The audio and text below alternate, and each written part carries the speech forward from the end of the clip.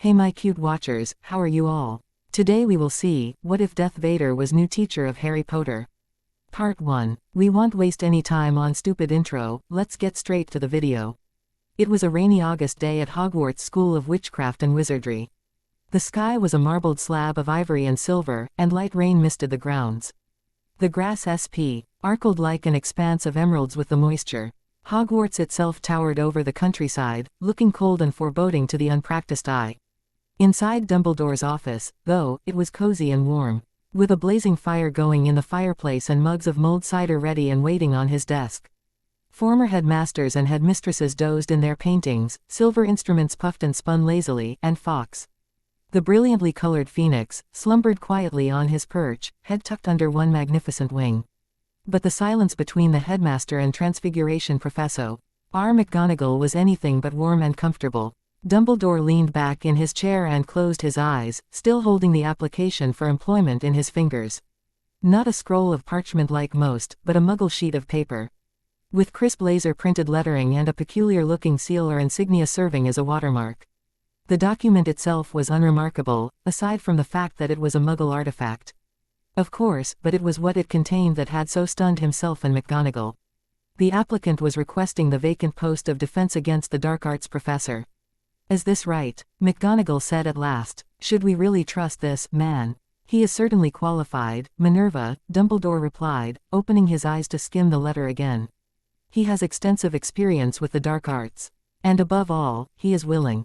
Does he know that no teacher in the past 4 years has lasted an entire term? She demanded. She referred to the supposed curse that Simi D to rest on the post of Dark Arts Professor.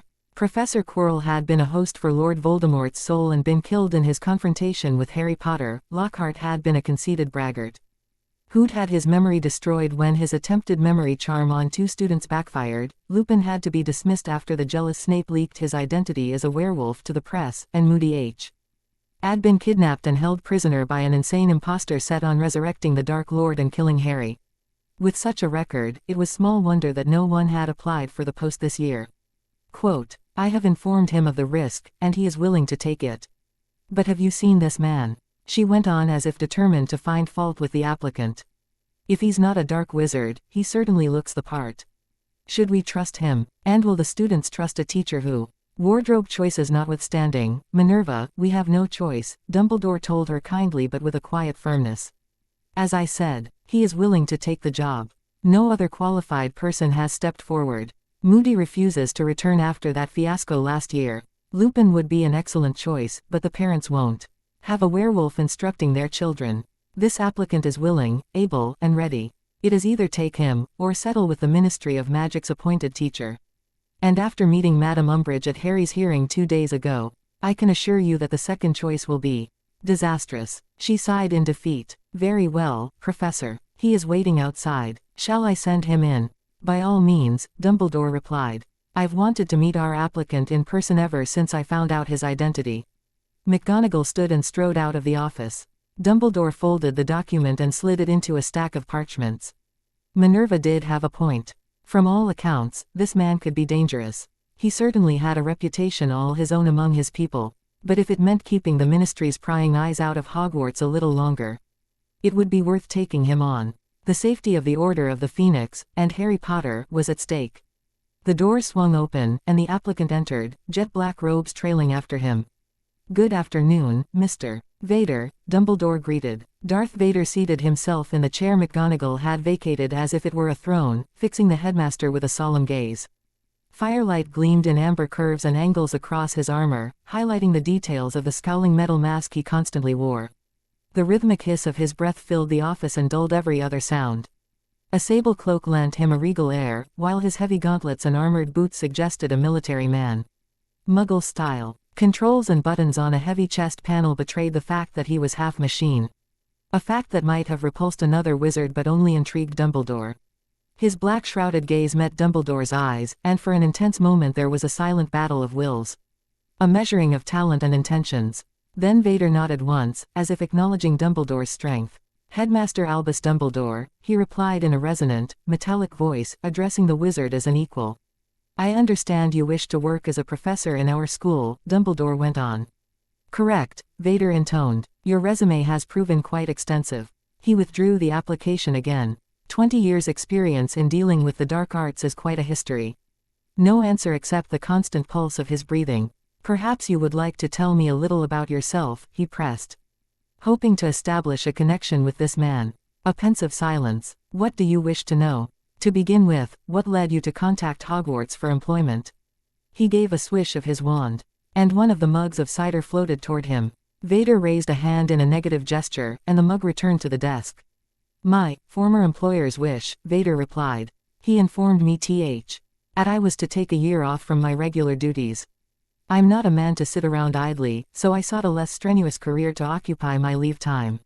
And when I learned of the opening here, I decided to apply.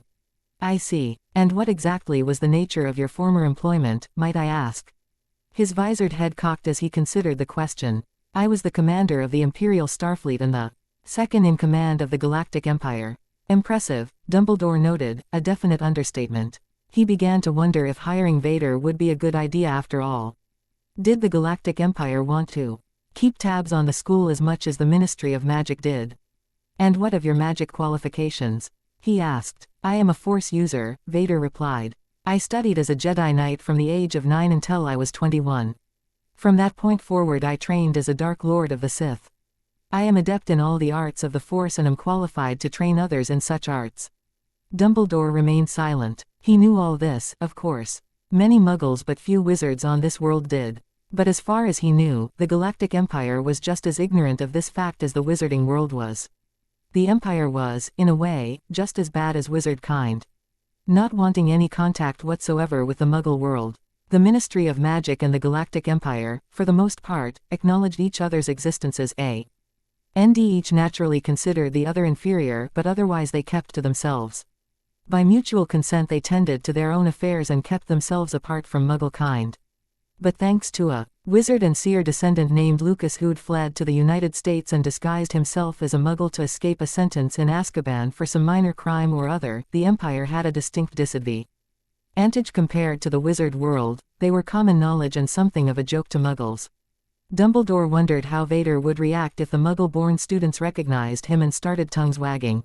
He wouldn't be pleased to know that the sordid details of his past had been leaked by a seer-turned-filmmaking mogul. He wondered if he should warn Vader of this to prevent a messy situation down the road. Very good, was all he said to the applicant. But you must understand that the class you will be teaching is primarily defensive in nature. We wish to teach our students how to protect themselves from the dark arts. Not use them. I understand, Headmaster, he replied, nodding. We do have curriculum guidelines that you are free to look over and use to your discretion, he went on, raising his wand again. Accio parchment. Quote. A heavy scroll shot across the room, missing the top of Vader's helmet by about half a foot before landing with a puff of dust on Dumbledore's desk. Vader gave him a look that, even through a layer of steel, plainly said, I'm not impressed. Understand that these are only guidelines, he went on, handing the parchment to Vader. You are free to build your own curriculum as you see fit, but keep in mind what I've said before, no dark arts. Instruction. You were abundantly clear on that point, he replied, unrolling the first foot or so of the scroll and glancing over it briefly before tucking it under his arm.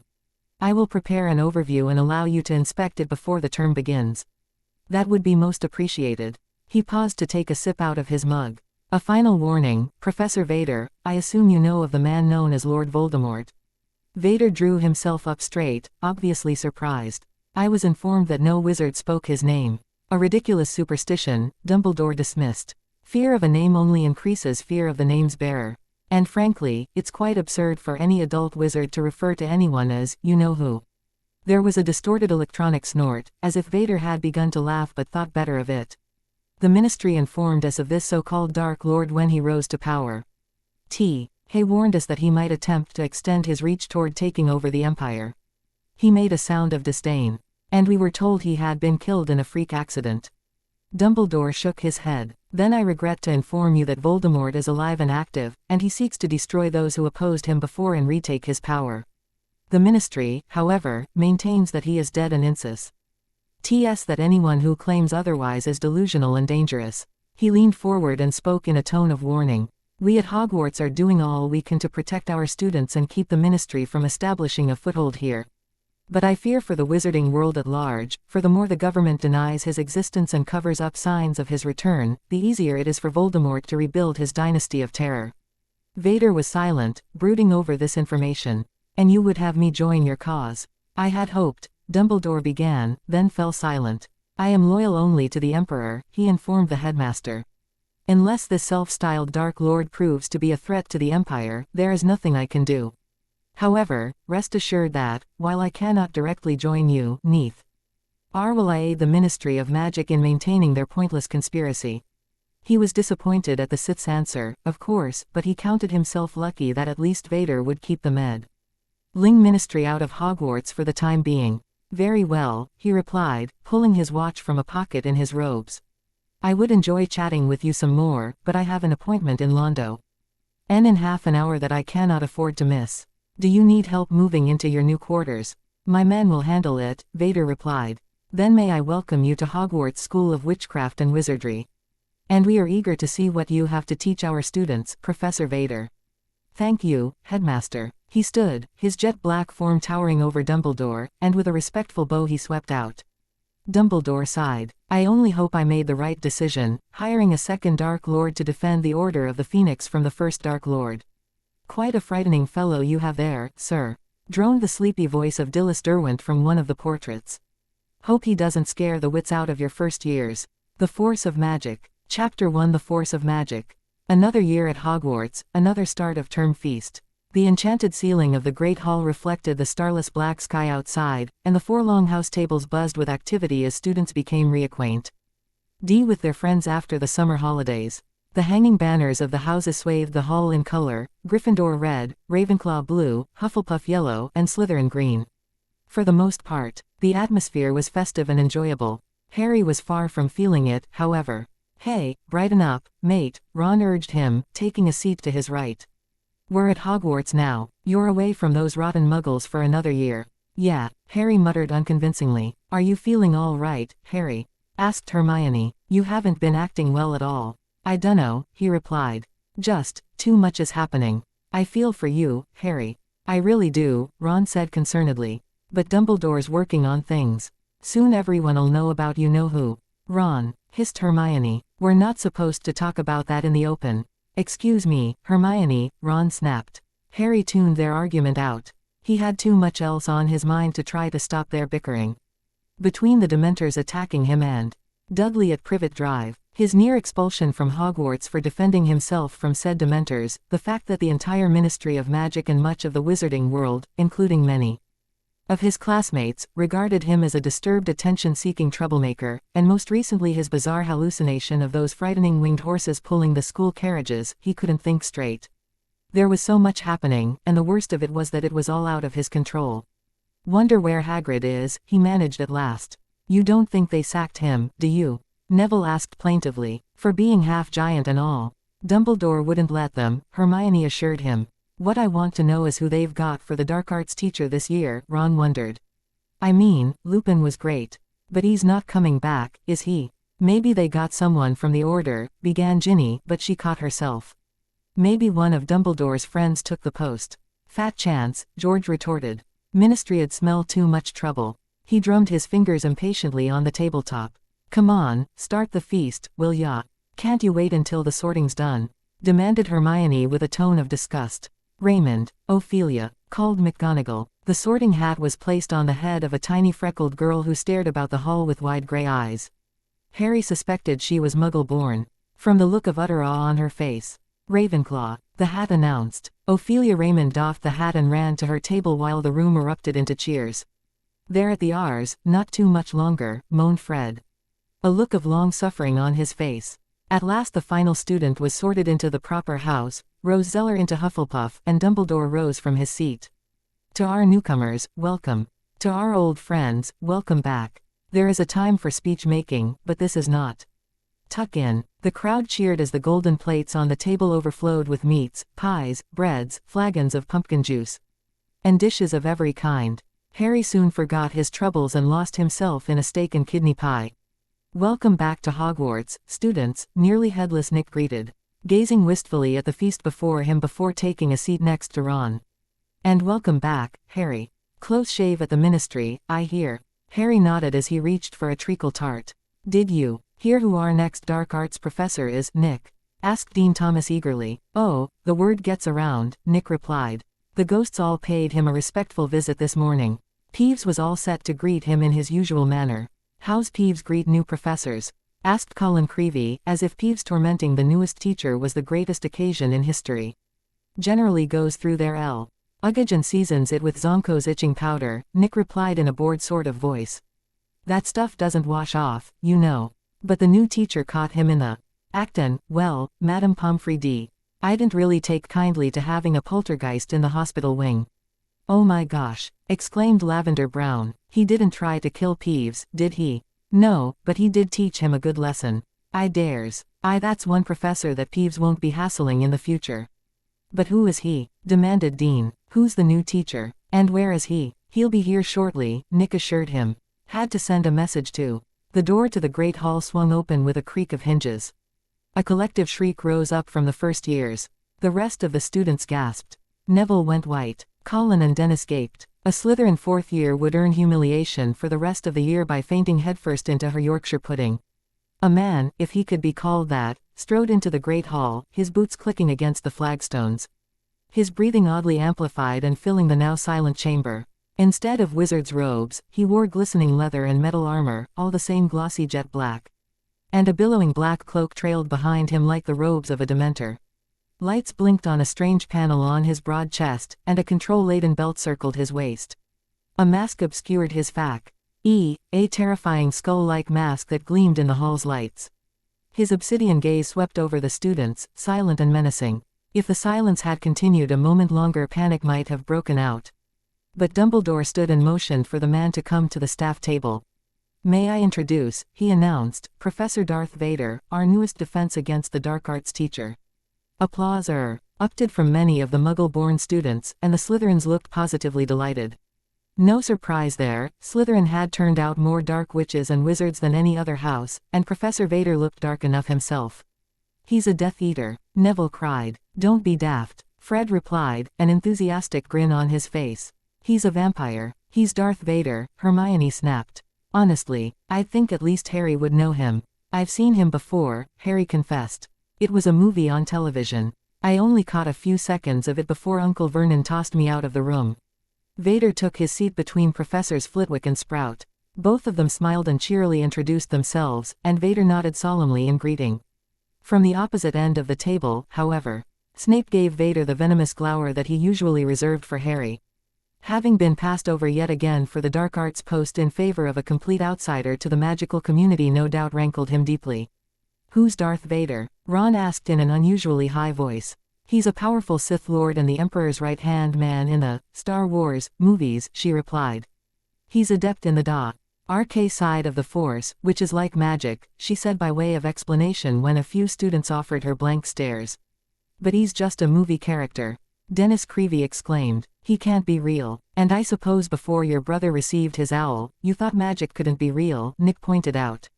I assure you he's real enough, though why Dumbledore hired an Imperial is beyond my understanding. The Galactic Empire's never bothered with the magical world before. The Empire exists? Asked Dean, amazed. Yeah, my dad's worked with Imperials before, Ron remarked. He helped them rack down a criminal that was hiding in Slovenia and impersonating a cab driver, finally caught him trying to rebuild the cab to make a skycar, and Dad decided to try it himself with our car. The Empire mostly keeps to itself, Nick explained, looking highly disinterested in this turn of the conversation. The Ministry does exchange information with them on a regular basis, but until this August. The Empire showed no interest in our affairs. He waved at the staff table with a silvery hand. Then this one shows up and demands a job. Taking time off from the Empire, he says, needs a less strenuous career for a year. A bucket of stewed hippogriff droppings, if you ask me. It's my private opinion that the Ministry is in bed with the Empire now and has sent a spy into Hogwarts. But if the Empire keeps to itself, how do the Muggles know of it? Asked Harry, now thoroughly interested. A student named George Lucas attended Hogwarts years and years ago, Nick went on. He was prefect and EAD boy and a chaser for the Gryffindor team, he had everything going for him. But the headmaster caught him practicing the Imperius curse on the school's house elves in his 7th year. He used an unforgivable curse on a house elf, exclaimed Hermione, shocked. Yes, well, if he'd been doing it to a fellow student, it would have landed him in Azkaban for life. Seeing as house elves aren't CTLY human, Nick earned a highly offended glare from Hermione. His crime wasn't as serious, but it was an unforgivable curse, and the Ministry had to act. He maintained that it was all a big joke and the elves didn't seem to mind. They were used to taking orders all the time anyhow, but he was promptly expelled and sentenced to a 2-year term in Azkaban nonetheless. But he escaped, didn't he? Gushed Fred. Yes, he saw it coming, Nick replied. Apparently he's a direct descendant of the seer Cassandra Trelawney, just as your dear Professor Trelawney is. The key difference is that Lou Saz most definitely does possess the gift, unlike Trelawney, whose seer power is always questionable at best. So he foretold his own escape and, true to his word, fled Azkaban. I understand he's now living as an American muggle and making quite a tidy profit from his seer gift, I should say, exclaimed Dean. He foretold the rise of the Empire. Wait until Darth Vader hears about this. Professor Vader, Dean, Hermione informed him crisply. And frankly, I don't care if he's from the Galactic Empire or the Roman Empire, so long as he's a better teacher than Quirrell was. Hermione, Lockhart was a better teacher than Quirrell was, Ron retorted. Before Hermione could fire off a retort, Dumbledore stood, clapping his hands to signal for silence. Now that we have all been fed and watered, I beg a few moments of your attention to give the usual announcements, he said in his deep, gentle voice. First years would be wise to take note that the Forbidden Forest is out of bounds, as is the village of Hogsmeade to anyone under 3rd year. Also, our caretaker Mr. Filch would like me to remind you that magic is not to be used in the corridors, nor are a number of other things, all of which can be checked on the extensive list on his office door. Fred and George smirked. The two of them had launched a vicious war on Filch ever since their first year at Hogwarts. We would also like to welcome our 2 newest teachers, Professor Grubbly Plank, back to serve as a substitute for our currently absent Care of Magical Creatures professor, and of course, Professor Vader, here to teach defense against the dark arts lessons. Applause broke out once again when Vader's name was announced. Professor Vader would also like me to inform you that the men in white you will be seeing the castle this year are his personal guards, and that you will be advised to not disturb them in their duties. Generally, if you let them be, they will let you be. Also, a warning has been issued.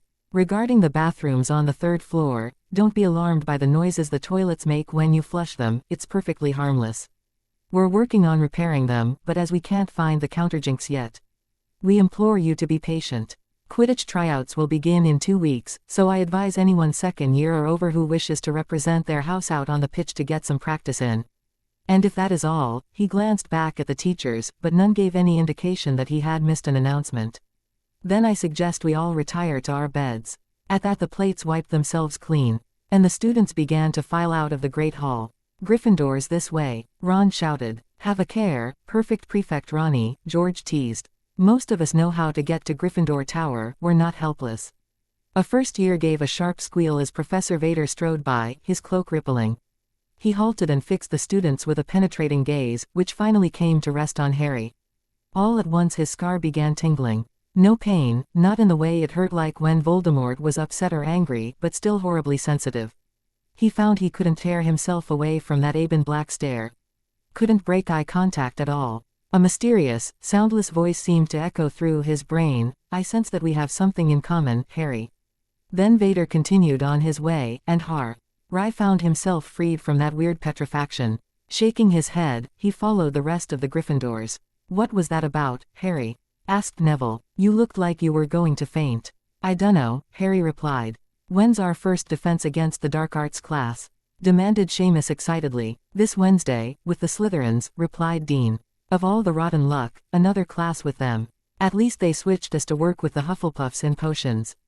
Harry suddenly found himself dreading Wednesday. The curious thing about dreading an event is that, the more you hope it will never come, the faster it approaches. So it seemed only a matter of hours to him before he found himself walking through the classroom door, silently hoping that nothing would happen to him this year.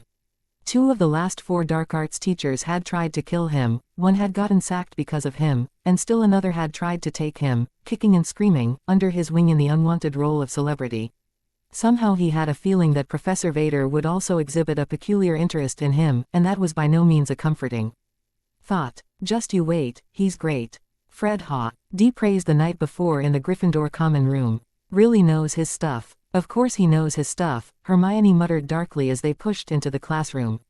He's a Dark Lord, isn't it hypocritical to hire a Dark Lord to teach a defense against the dark arts class? Dad says he's better than the Ministry's choice, Ron retorted. When they entered the room, Harry had to rub his eyes to be sure of what he was seeing. A bluish image was hanging in the air over the desk, slightly transparent and glowing softly. The image was made up of boxes in neat rows, each containing the name of a student. I think it's a seating chart, Harry told a stupefied Ron. Oh, the great Harry Potter thinks. Harry turned around to find Draco Malfoy smirking at him. Get lost, Malfoy, he snapped. How's it feel to be kicked off your high and mighty pedestal, Potter? Sneered Malfoy. I hear the whole ministry thinks you're a wacko. Now, maybe they can reserve a special room for you at St. Mungo's, Call it the delusional psycho Potter ward. Well, why don't you go to St. Mungo's yourself and get a brain transplant? Demanded Ron. Watch it, Weasel, or I'll put you in detention, Malfoy said gloatingly. That will be quite enough, gentlemen, a deep, somehow mechanical voice ordered. The three have turned to find Vader glowering down at them. He locked eyes with Harry again, but to his immense relief his scar remained. Calm and no voices sounded in his head. Take your seats, he boomed. And Mr. Malfoy, you would be wise to remember that in this room, only I am authorized to give detentions. Malfoy slunk off, deflated. You will all sit in the desks assigned to you on the seating chart, Vader addressed the entire class, gesturing to the hovering picture. If you have a problem with your seating assignment, state it now, because after today the assignments are permanent. I'd, like to, stammered Neville. Some fluke in the seating arrangement had placed him right next to Malfoy, who was eyeing him with a maliciously eager expression. Speak clearly, Mr. Longbottom, Vader ordered. He can't, Professor, Malfoy sniggered. He's too thick to get out a sentence most of the time. Neville's face became a brilliant pink as the Slytherins laughed derisively. Miss Granger, exchange seats with Mr. Malfoy, ordered Vader. And that will be 10 points from Slytherin, Mr. Malfoy. I will tolerate no fighting or name-calling among students in my classroom. Malfoy looked taken aback at this, but Neville looked considerably happier as Hermione settled in beside him. There will be several basic rules to be observed at all times in this class, Vader went on, giving a slight wave of his hand. The seating chart vanished, and as he gave the rules they appeared in floating blue letters. There will be no talking while I am speaking. You will raise your hand and wait until called upon before asking questions or offering feedback. You will address me as Professor Vader or Sir at all times. In return I will address you as Mr. or Miss as the occasion permits. You will follow instructions the first time they are given, and if you don't understand those instructions ask for clarification immediately. I am not responsible for any damages you suffer for failing to follow directions. And as I stated before, there will be no fighting, insulting, or horseplay in this room. Anyone who objects to any of these rules is free to leave this class and accept a failing grade in return. Are there any questions? Dean's hand shot up like a rocket. Mr. Thomas, are you really Darth Vader, sir? He asked eagerly. I mean, you're not just some wizard in a mask, are you? Vader gave him a look that could best be described as disdainful. I am Darth Vader, Mr. Thomas, of that you can be sure. As for your second comment, I am not a wizard, but he paused and amended his answer. A Sith. That is the equivalent of a wizard in our galaxy. Hermione's hand went up next. Miss Granger, I understand that the Sith practice the dark arts, she said cautiously. How can you presume to teach us about how to defend ourselves from the dark arts if you use them yourself? You are partially correct, Miss Granger. The Sith use the dark side of the Force. A wizard may call this the dark arts, but it is far more complex than that. As we are a different order than the magic users of your world. We are not practicers of the dark arts of your world. And as for how I can instruct you in defending yourselves from said dark arts, who better to teach you basic defense? Even one who knows the dangers of the dark side and exactly what effects they can have on the unwary. Harry wasn't about to argue that point, though it didn't make him feel any better. Malfoy raised his hand. Mr. Malfoy, so if you're supposedly some great wizard or Sith or whatnot, he sneered, why do you wear a shoddy muggle costume? He smiled gloatingly as Crabbe and Goyle sniggered. That is not your concern, Mr. Malfoy, Vader said in a stormy tone. 10 points from Slytherin. What? He demanded. You can't do that to me. I most assuredly can, Mr. Malfoy, he thundered. If you paid attention to the rules, you would see that I have twice stated that insults will not be tolerated. That's a cauldron of bat's dung, you great mudblood wizard impersonator. 20 more points from Slytherin, Vader boomed. That makes 30 in all, Mr. Malfoy. Are we trying for an even 50? Malfoy trembled with rage. Harry grinned. He'd thought he'd have trouble with Professor Vader this year, but it appeared that it would be Malfoy who would earn most of Vader's attention. Malfoy was always confident that his position as a pureblood and highborn wizard would win over any professor. But apparently Vader was unimpressed by lineage. If you wish your house to retain a few points by the end of this class period, Vader advised, I would suggest that you sit down and keep your mouth firmly shut. He turned and removed a small disc-shaped object from his desk, and the floating letters vanished. Malfoy suddenly shot from his seat, aiming his wand at Vader's caped back. Tarantalagra. A flash of yellow fire crossed the room. Harry gulped in breath to shout out a warning, but just as, look out, burst from his and several other students' throats, Vader whirled, his right hand raised. The spell glanced off the palm of his hand and struck the ceiling, raining sparks down on the class heads. Malfoy looked as if he'd just been hit with a board. The entire class was silent, awed. Hermione looked impressed. A rare feat indeed. Detention, Mr. Malfoy, and 100 points from Slytherin, Vader snarled. The only reason your punishment stands there is that you have unwittingly given an example of what this class will be learning to do this term. Malfoy sank into his seat, still stunned beyond words. Wasn't that the, oops. Hermione quickly raised her hand. Continue speaking, Miss Granger. Wasn't that the shield charm? She finished. I've never seen anyone do that without speaking the incantation first. You were correct, Miss Granger, in saying that a shield charm can be useful in blocking an attack, Vader replied. However, one does not require a charm, hex, jinx, curse, or even a wand to use magic. The Jedi and Sith are able to draw on the Force without the aid of a wand. But that's impossible, exclaimed Ron. Oops, sorry. Raise your hand, Mr. Weasley, Vader instructed. That is your only warning. And no, it is not impossible. Many of you in this room have probably drawn on magic without the use of your wand in times of great emotional duress, have you not? Harry remembered the summer before his first year at Hogwarts, when he'd accidentally freed the boa constrictor in the London Zoo. And of course, the fiasco his third year when he'd inflated Aunt Marge, something Uncle Vernon had never forgiven him for. Perhaps a second demonstration is in order, Vader mused. Stand, Miss Granger. I will need your services. She rose from her desk. Cast a spell upon me, he ordered. Something you would use to attack a foe. I don't want to hurt you, Professor. She said unsurely. Don't worry, he replied. You won't. She raised her wand. Petrificus totalis. No visible jet of light issued from Hermione's wand, but Vader raised a hand anyhow. His fingers stiffened slightly, as if absorbing the spell, then he lowered it. Again, he ordered. A different spell. Hermione looked utterly frightened. Unlike Malfoy, who took great relish in jinxing anyone, even a teacher, apparently Hermione would swallow stinksap before willingly cursing a professor. Stupefy, she said at last. For the third time a spell bounced easily from Vader's raised palm. And the class broke into applause. You may be seated, Miss Granger, he told her.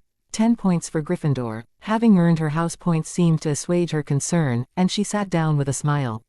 Perfect Hermione the mudblood, grumbled Pansy from her seat behind Harry. And 10 points from Slytherin, Miss Parkinson, snapped Vader. She gave a squeak of indignation but shut up. It takes great mental discipline to effectively block a spell, Vader told the class. It will take weeks before any of you can do it without the aid of your wand, as you are used to relying on it. He lifted a sheaf of papers from his desk. Miss Brown, pass these out to the class. They are a brief overview of what we will be covering this year.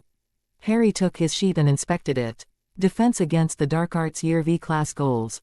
Recognizing curses, jinxes, hexes, and other potentially harmful spells. Using magic to quickly and successfully deflect these spells, with and without wands. Using simple but effective counterspells to incapacitate an attacker. Using specialized spells for specific creatures, attackers, and situations, i.e. the Patronus charm. Recognizing situations in which using magic can exacerbate the problem, and using methods to escape said situations intact. As you can see, we have a lot to cover this term, he continued. That is why unnecessary interruptions and distractions will not be tolerated under any circumstances. I expect utmost dedication from you this year, especially if you wish to pass your OWL examinations. Am I clear? No one dared speak, but a few students managed nods. Are there any questions? After a long silence, Seamus finally raised his hand. Mr. Finnegan, this is a bit off the subject, sir, he said, but do you believe that you know who is really back? Like Dumbledore and Potter are always saying. Harry swallowed back some angry bile. Of course Seamus would say that. He'd once been a friend, but Veer since the Triwizard Tournament ended last year he'd been very suspicious of Harry's declaration that Voldemort had returned. That wasn't unusual, most of the wizarding world believed he was lying. But he'd hoped to gain a bit more support in his own house. Lord Voldemort, Vader corrected, making the entire class flinch. Referring to a wizard as you know who or he who must not be named is a ridiculous practice. If you cannot call him by his true name, don't speak of him at all. Seamus shrank in his seat. Sorry, sir. Do not be sorry, Vader replied. Your question is by no means off the subject. Dumbledore has always maintained that Voldemort was never dead, only resting and rebuilding his power. And yes, he has returned, Seamus, try as many might to deny it. That is precisely why it is imperative for you to learn everything you can hear, that you might be protected should you ever encounter him or one of his followers. The class shifted restlessly, suddenly divided. Some believed the rumors that Voldemort was back. Others wanted to believe but were afraid of losing friends and alienating family if they spoke out against the ministry. Still others scowled at Vader for daring to side with Potter and Dumbledore. Before anything else could be said, the dismissal bell rang. The entire class leapt to their feet. The bell does not dismiss you. Vader boomed, and everyone promptly fell back into their seats. Now you may go. Howling mad, isn't he? A Slytherin boy Harry didn't recognize grumbled as the students shuffled out. Lost his mind just like Potter. I think he was fascinating, Ron replied. Imagine it, not needing a wand to use magic. I have to admit, he was better than I thought he would be, Hermione confessed. I do hope we get to cover the Patronus charm. That's a fascinating bit of magic, isn't it? Harry was about to reply, but then stopped and turned back to the classroom. Harry, asked Ron. Forgot my quill, he replied. The eagle F. Either quill had fallen beneath his desk, and he got down on his hands and knees to retrieve it. Do you need something, Mr.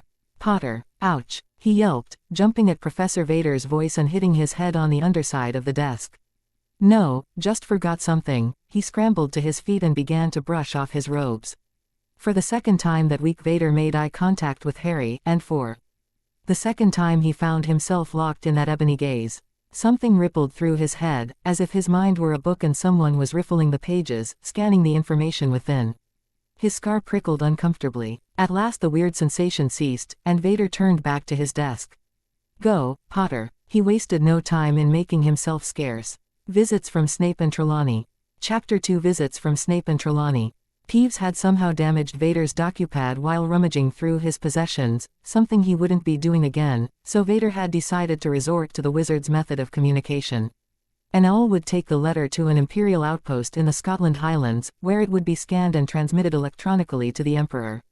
However, that first meant penning the letter out longhand. In the galaxy at large, handwriting was becoming a lost art. So many people relied on text processing software that only a select few could scrawl out more than their signatures in a legible manner. Penmanship was a required line of study in the Jedi Temple, however, and though Vader usually tried to forget about his past as a Jedi, he was grateful that he had learned a few useful things from the Order. Malfoy fidgeted uncomfortably in front of his desk, glancing nervously at the stormtroopers flanking him from time to time. Vader ignored the boy, letting him stew a while he completed his message. He had little liking for high-born brats like this, and even though Dumbledore had forbidden him from exacting harsh punishments upon the students, he was certainly going to teach this one a lesson he wouldn't soon forget. But he completed the letter first. Master Sidious, I am sending this message in answer to your request that I notify you as soon as I reached my destination. I am currently at the Hogwarts School of Witchcraft and Wizardry on the planet of Earth. From what Headmaster Albus Dumbledore has told me, mechanical means of communica do not work properly on the school's grounds, thus, all further communications with you must be through writing. There is a great controversy within the Force-wielding community on this world. Dark Lord Voldemort is rumored to have risen again, despite Ministry claims to the contrary.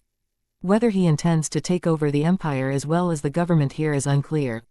I will keep you informed as more information regarding this self-styled Dark Lord is made available. He paused, considered, then continued writing. There is a boy at this school, one Harry Potter. I sense something unusual about him. He is legendary on this world for surviving a direct attack from the aforementioned Voldemort as well as facing him down no less than 3 times during his studies at Hogwarts. There is something strange about this boy. Something I intend to investigate while here. I am always at your service. Lord Darth Vader. That completed, he set the quill aside and capped the ink bottle, waiting for the parchment to dry. This stinks, Malfoy complained. It's detention, Malfoy, Vader replied coolly. It's supposed to stink. I can't believe I'm even here, Malfoy sniffed. When my father gets word of this, he'll. As a professor at this school, my word overrides that of your father's, Vader retorted. I understand your father has considerable monetary influence within the Ministry of Magic. But he, and you, would be wise to remember that the power of gold and blood only extends so far. He folded the message for the Emperor and handed it to the screech owl that waited on his desk. It took the letter in its beak and soared out the window. Malfoy puffed out his chest. So the mighty Darth Vader's going to punish me. What are you going to do? Flog me. Unleash one of those Muggle torture machines I've heard about.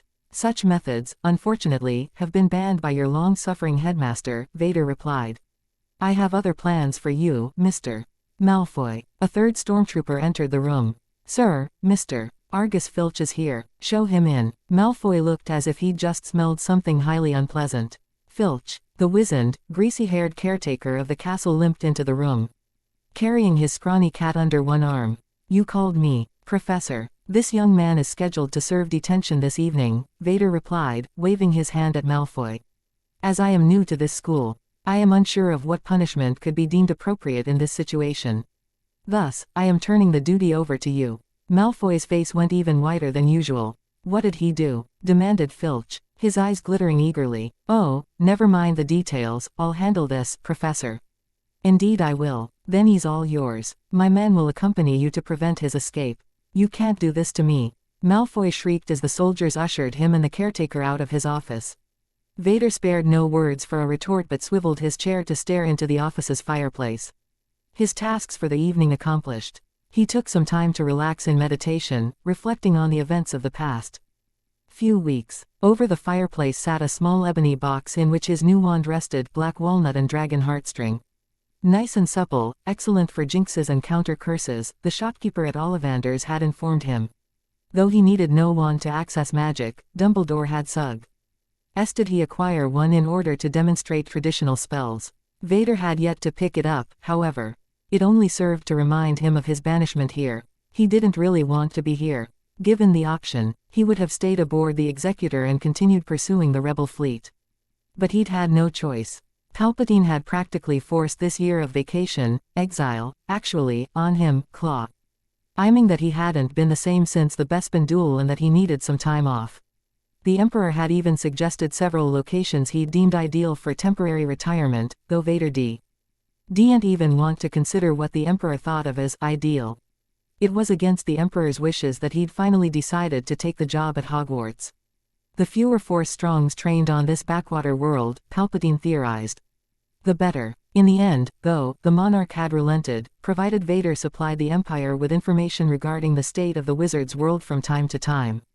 A crash and a gleeful cackle from the corridor outside his office signaled another attack on a hapless student or staff member courtesy of the resident poltergeist.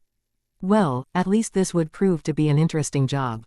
What with the talking paintings, ghosts, peeves, centaurs, and the unpredictability of children and teenagers in general, he could count on keeping busy. But the thing that had most intrigued him was that boy, Harry Potter. Somehow he felt a strange kinship with him. It wasn't that he was more Force strong than the other students. It was more as if he were marked, not just by that odd scar, but also by other, stranger means. Could it be that the Jedi had been wrong all along, and that this Potter was the chosen one? Don't be an idiot, he told himself. You were the chosen one. You simply brought balance to the Force in a manner the Jedi didn't consider. And I highly doubt that there can be more than one chosen one. A stormtrooper entered the room. Sir, Mr. Severus Snape is here to see you. What did he want? Show him in. 2 soldiers escorted the beak-nosed potions professor into the room. His robes flared out like the wings of some overgrown bat as he walked. His straight black hair fell in a greasy curtain to his shoulders, and his eyes were narrow and shrewish, taking everything in with a calculating look. Those eyes flashed with barely restrained contempt when they rested on Vader. And his mouth took on a peculiar tightness. Vader stood, towering over the man and sending the signal that in this room, he was the superior. What do you want, Snape? He asked coldly. Simply to offer my congratulations that you obtained the post of defense against the dark arts professor, Snape replied in an oily voice. You must be very brave, or very foolish. No teacher has made it longer than 3 years at this post. It's a rather risky proposition. I'll take the risk, Vader retorted. Oh, you hope to break the record? He offered the Dark Lord a disdainful sneer. No, actually, I am only taking this post for a year. After that, you may try your luck again at securing the job. Though if I were you, Snape, I'd know when to admit defeat. Snape's eyes narrowed even more. I feel impressed to inform you that there is a certain student among your pupils who had a certain disregard for rules, one Harry Potter. If I were you, I'd take a firm hand in controlling his escapades. I will be the judge of the students, Vader replied, folding his arms over his chest. And so far Mr. Potter has respected my rules. On the other hand, a certain student of your house seems to consider himself above the rules, Draco Malfoy. If you agree to keep a tight watch on Mr. Malfoy, I will follow your suggestion regarding Mr.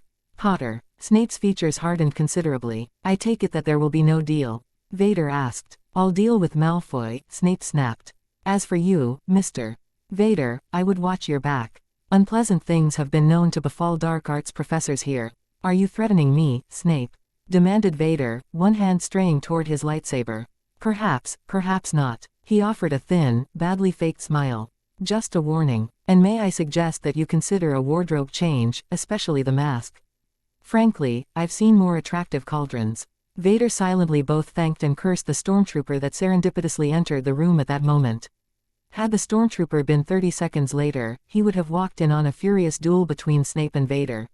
What is it? He demanded. Sir, Miss Sybil Trelawney wants a word with you. Show her in. Snape gave a slight, mocking bow. Keep my warnings in mind, Mr. Vader, and goodbye. He swept out, nearly colliding with divination Professor Trelawney on his way out. If Snape resembled a bat, Trelawney bore a distinct similarity to an enormous dragonfly. Dripping with scarves, beads, and bracelets, with her eyes queerly magnified by her round spectacles. She didn't walk so much as she glided across the floor. A heavy smell of incense and herbal tea followed her in. It must have been suffocating to anyone else if he could detect it through his mask. She offered him a dreamy smile and extended a hand in welcome. Lord Vader, she breathed in an airy tone, I perceived through the ethers of time that we would be receiving an important visitor at Hogwarts.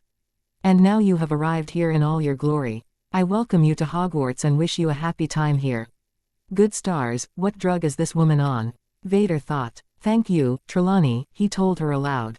I presume, however, that you are not here simply to say hello. Ah, you are perceptive, Vader, she noted. I came here to invite you to my tower for a reading of your future.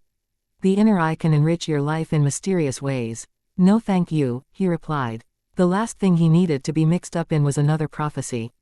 Are you sure? She gazed at his hands. Not even a simple palm reading. The hands can be the key to the future. No thank you, he repeated firmly. But then, a tea reading is more accurate, though the crystal ball produces the clearest images by far.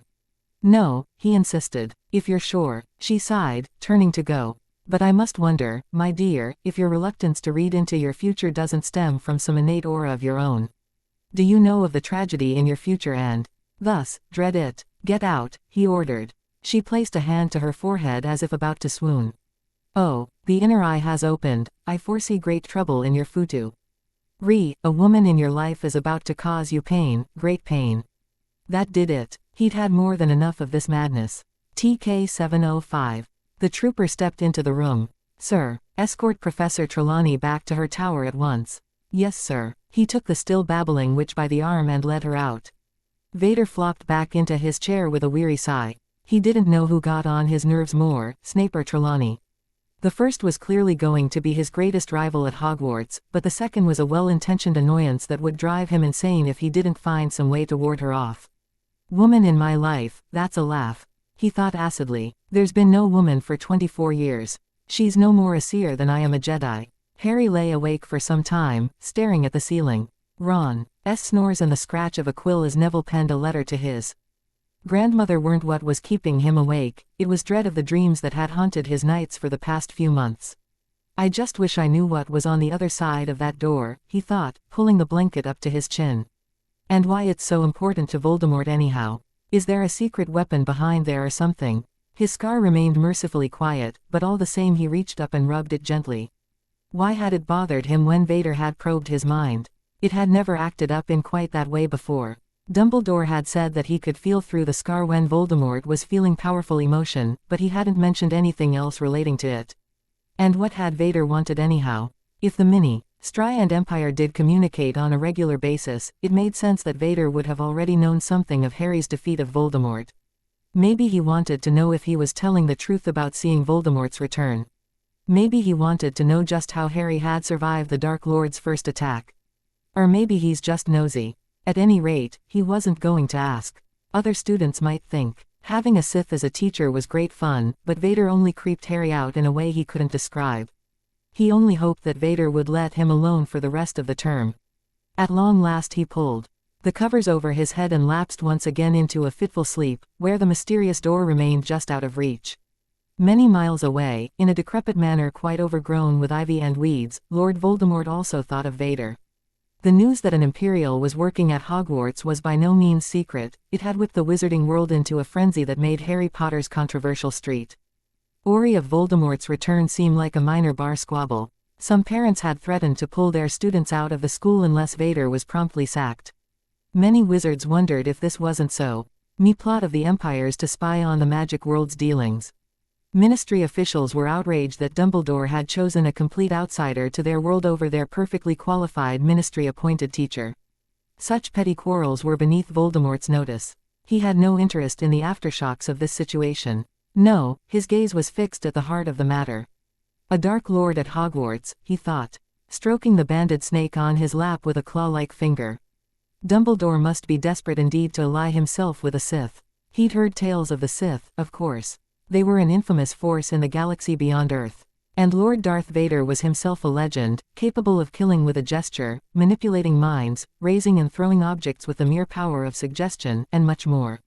A near-perfect blend of machinery and man, ruthless, fearless, he could be a great enemy or a worthy ally, especially in his current position at Hogwarts. If Voldemort could reach the man. But Vader had a weakness, honor. Despite the brutal Sith training designed to crush all undesirable traits out of an apprentice, Vader retained a sense of honor. Honor was a crippling flaw. Honor led one to follow the softer path. To make errors. Honor led to failure. Voldemort detested honor. He caressed Nagini's triangular head, thoughtful. Perhaps it wasn't Vader's loyalty he sought after all, but another's. One who already had a firm control over the man, one who also regarded honor as a failing, one who could be as ruthless and merciless a leader as Voldemort was himself. Wormtail, he rasped. Why yes, my master. The pathetic little wizard replied, trembling with terror. Voldemort felt his bloodless lips tighten in a gleeful smile. How he enjoyed tormenting this man. But wasn't time for such frivolities at the moment. Call for Malfoy. I'll be needing his services. Why yes, my lord. And prepare the drawing room. We'll be having royal company in a few days, and it won't do to have the place a shambles. Quote, The Woes of a Stormtrooper. Chapter 3 The Woes of a Stormtrooper. Dumbledore had said at the beginning of the term that if the students let the stormtroopers wandering the halls be, the stormtroopers would pretty much leave them alone. But no one, especially not the Weasley twins, seemed to pay the suggestion much mind. It became a sort of game to jinx, hex, and otherwise torment the soldiers. The first glimpse Harry got of a stormtrooper was on his way to potions class 3 weeks into the school year. Professor Flitwick was marching down the hall with as much authority as he could muster, ushering students out of the way. Back away, students, we don't know if he's contagious yet. He squeaked. Clear the way, sick man going to the hospital wing. Move aside. That means you too. Parvati, I'm sure he doesn't appreciate your gawking. Angelina and a Ravenclaw 6th year Harry didn't recognize were supporting each side of a rather exhausted-looking stormtrooper, wearing identical expressions of extreme reluctance. The trooper, meanwhile, seemed to have been halfway transfigured into a slug. From the waist down, he was a mass of slime. "Flit you!" It continued to bark orders as they passed by, leaving a slippery trail in their wake. "Blimey," Ron moaned, "Filch is gonna have a fit. Who would be so low as to do that?" Hermione demanded. Harry didn't reply, but he did recall Malfoy looking awfully triumphant in their Care of Magical Creatures class earlier. And he can't even use magic to defend himself. Hermione went on. "Honestly, WHOEV. Did that should be ashamed of themselves." "Come on, Herm, it's all in fun," Dean replied. "I see the Weasley twins jinxing troopers all the time, and the troops are in on the game. They fight over whose turn it is to patrol Gryffindor Tower just to see what kind of hex'll pop up this time." "I still don't agree with it," Hermione said scathingly. "It's as bad as cursing a house elf." "Honestly, haven't you given up on spew yet?" Ron asked in exasperation. "SPEW, Ron," she retorted, "and I won't give up on it until instances such as the one that rightfully got Lucas expelled never happen anymore." After class, all the Gryffindors found themselves burdened with extra potions homework. Snape had declared each and every one of their peace potions to be faulty and deducted 50 points from their house, as well as assigned them an essay no less than a parchment long on the properties of the potion's ingredients. "He's just mad at Professor Vader," Harry theorized. "And he's taking it out on us. Couldn't he at least take it out on a stormtrooper?" moaned Ron. "I can't do this and write out an entire planetary chart for Trelawney." 2. "Stop whining, Ron," Hermione snapped. "I think it's grossly unfair as well. There wasn't anything wrong with my potion, and he still assigned me the essay." At that moment, Peeves shot around the bend, cackling madly and shooting toward them like a rocket. He was wearing a stormtrooper's helmet, his belt hat perched haphazardly atop it, and he straddled a blaster rifle beneath him as if it were a broomstick. Hot on his heels came 3 stormtroopers, 2 with rifles, the third with a pistol. "Stop him," the first one, obviously some sort of officer, ordered. Harry wasn't sure they'd actually meant for them to do anything, but Hermione acted anyway. With a swift motion she flicked out her wand and aimed it at Peeves. "Immobilis," she cried. Peeves froze in mid-cackle, hanging in the air like a misshapen helium balloon. The T. Rupert slowed to a walk and approached her. "Don't know how you can do that," the commander noted, "but I'm glad you can." "Please tell me we're authorized to shoot the poltergeist," pleaded one trooper. "I dunno if he can even be killed," Ron said with a shrug. "He's been here for ages, no one but Dumbledore and the Bloody Baron can control him." "Accio helmet and rifle," Harry murmured, catching the items and offering them to the commander. "I definitely should have put in for that transfer to Thieferra," grumbled the trooper who'd asked if he could shoot Peeves. "Shut up, 467, retorted the second trooper. "I've had enough of this place." 467 snapped. "The damn talking pictures always butting into my business and the Sith-spawned poltergeist stirring up chaos and kids hexing me every time I turn a corner. I spent 4 hours in the hospital wing yesterday having that cranky nurse shrink my feet back to their normal size. I've gotten stuck in that trick staircase so many times it's a wonder I haven't broken a leg." "Soldier," the commander barked. "Shut up or ship out." 742 didn't ask to be here either, and you don't see him complaining. "I actually like it here," 742 mused. "Charming place. And the students don't mean any harm. You haven't been transfigured yet, have you?" 467 shot back. "Actually, I was turned into a lizard my first day patrolling the dungeons," 742 replied. "And believe me, there's a lot you can do as a lizard that you can't as a human." "I give up," huffed 467, storming off. The commander sighed. "Thanks again for the help," he told Hermione, and he and 742 strode off. "I wonder who turned him into a lizard," Harry said. "Probably a Slytherin," Ron replied. Shouldn't we unfreeze Peeves?" "Leave him," Hermione advised. "Teach him a lesson. Besides, it'll wear off soon enough." After that, a day didn't go by when a stormtrooper wasn't seen hurrying off to see Madame Pomfrey or a teacher to have some ailment or other amended. Once, on his way to Quidditch practice, he was nearly run down by a trooper rushing his comrade to the hospital wing, a scarf wrapped around the poor man's head in a vain attempt to disguise the fact that he was growing tusks. Another time, a whole line of troopers was seen waiting outside Professor Flitwick's office, awaiting a silencing charm to counteract the fact that their helmets were uttering a strange gong-like ringing every time they were touched. Neville swore he saw Professor McGonagall admit a grouchy-looking rooster into her office, then a few minutes later escort out an equally grouchy Stormtrooper, who still had a few stray feathers clinging to his armor.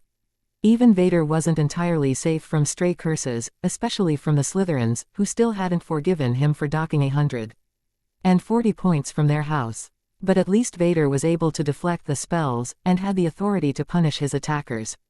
By the end of September, Slytherin was so far behind in House Points that it would take a miracle for them to get back in the running, even with Snape adding points for trivial matters at every possible opportunity. The conflict came to an ugly head one frosty night in early October, when 6 troopers went to investigate strange lights in one of the greenhouses. The perpetrators, a group of third years hoping to nip the answers to their next herbology quiz, panicked upon being discovered and began firing spells indiscriminately in every direction. It took all the house prefects and Dumbledore's swift intervention to calm things down. The result of the NTER, Professor Sprout was seen the next day carrying a bushel of acorn squashes to the hospital wing. The 2 students who had miraculously escaped transfiguration found themselves in detention for a solid week. And the lone untransfigured Stormtrooper had to be shipped to St. Mungo's for rehabilitation, as no one could convince him that he wasn't a proton torpedo. That evening Dumbledore addressed the students at dinner, chastising them for their unfriendly treatment of the Stormtroopers and calling them to task. You were to set a good example to the Empire. To these men, you represent Hogwarts and wizard kind.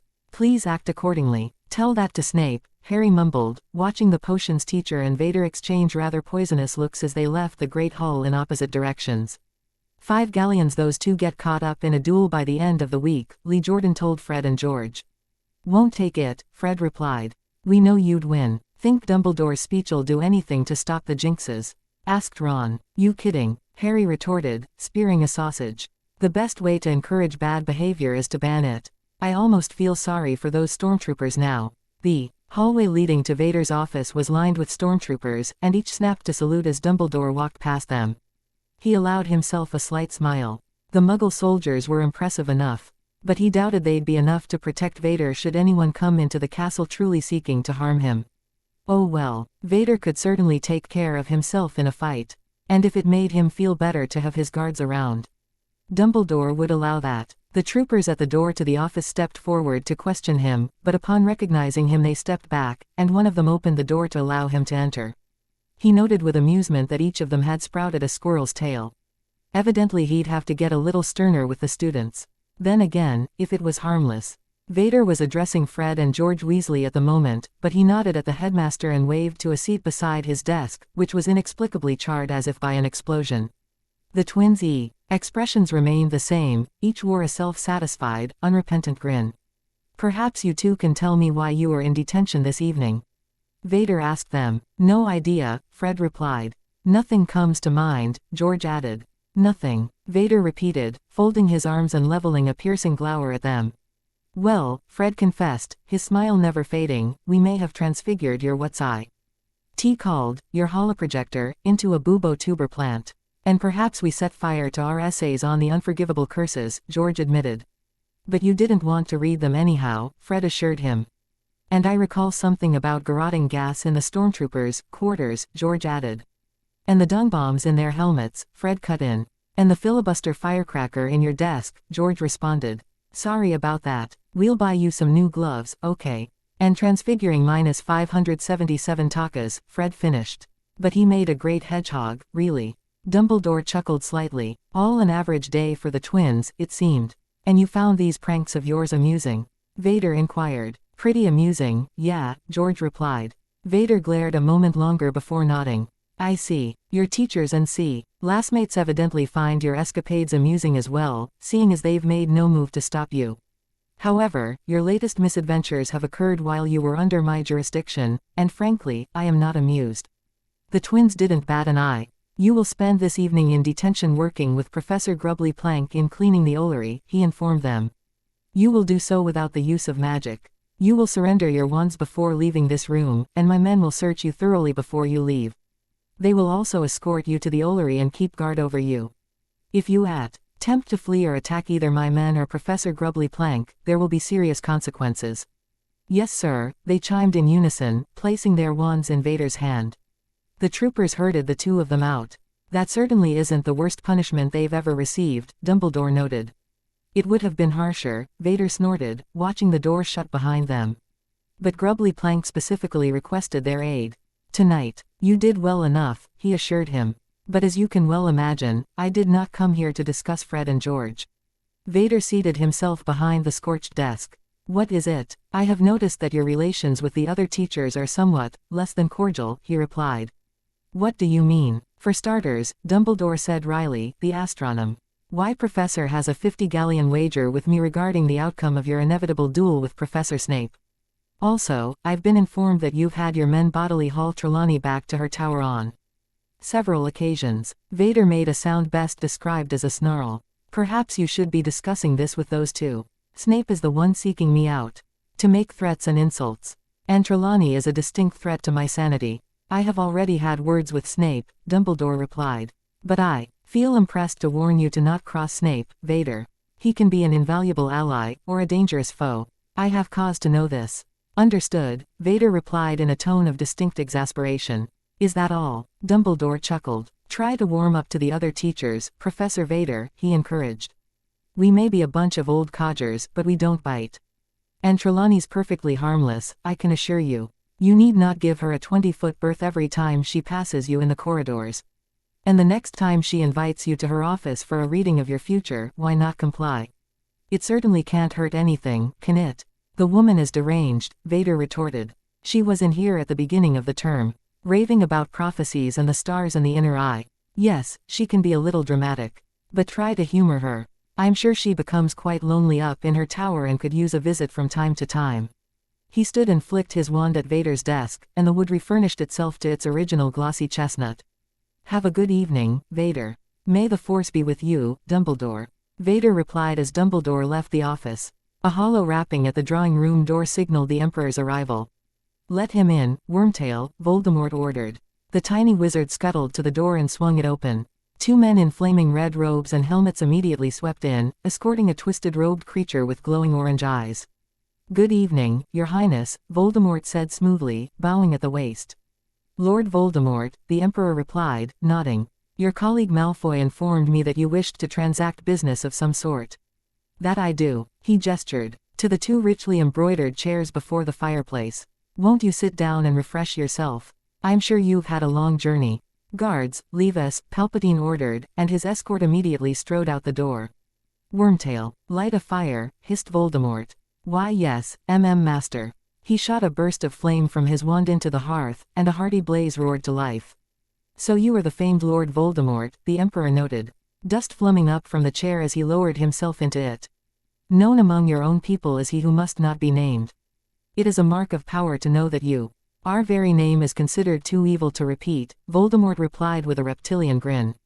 Palpatine laughed icily. I like you, Voldemort. You and I seem to have much in common. Indeed, I would have scheduled this meeting many years earlier, but there have been difficulties. Ah yes, I heard of your supposed death. Though I must say it did wonders for your operations. Now that you're dead, he Ministry of Magic doesn't need to keep an eye out for you, does it? It was Voldemort's turn to give a cold laugh. And I suppose they told you I was going to take over the Empire, didn't they? Palpatine eyed him shrewdly. If you weren't plotting a galactic takeover once you had this world in your clutches, you wouldn't be a Dark Lord, my friend. True enough. But I haven't the resources to take your empire by force. Which is why I asked you to meet me here. What, if you can't beat them, join them. The Emperor chuckled. Why not? If we join forces, we can be unstoppable. We could rule the galaxy together. With the dark arts as our ally. The Emperor's smile widened. You forget, Lord Voldemort, that the rule of the Sith is, always too. I already have an ally in my cause to subjugate the galaxy. Ah, Lord Vader, Voldemort sneered. The cyborg employed by Albus Dumbledore at Hogwarts. Perhaps that's one more thing we have in common, Palpatine, incompetent assistants. He read a jet of blue light at Wormtail's backside, and he yelped shrilly and scuttled away as the two men laughed maliciously. Ever since he dueled his son on Cloud City, he's been acting decidedly odd, Palpatine mused, stroking his chin. I wonder if he isn't contemplating joining the light. If he's under Dumbledore's influence, then I highly doubt he'll remain loyal to you for long. Good point. Perhaps it's time to replace Vader. I shall have to send an assassin to Hogwarts. Not necessarily, countered Voldemort. Think of it, Dumbledore is our greatest enemy.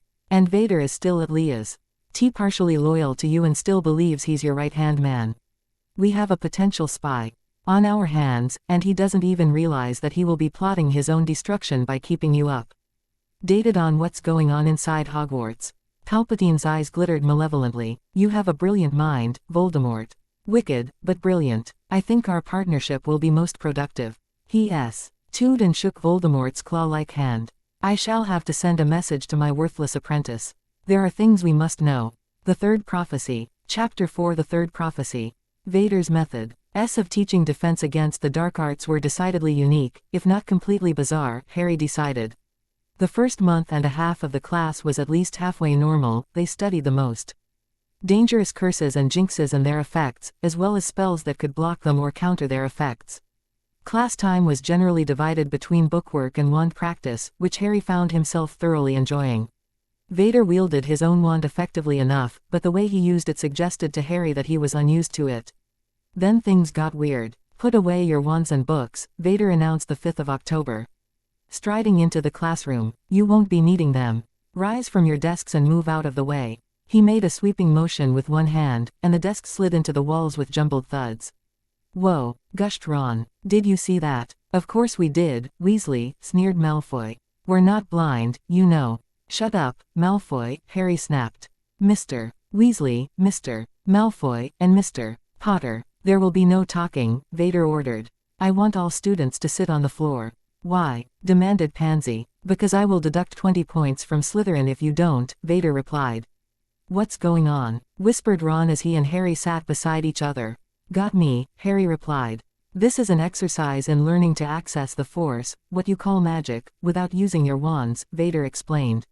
Seating himself before the class.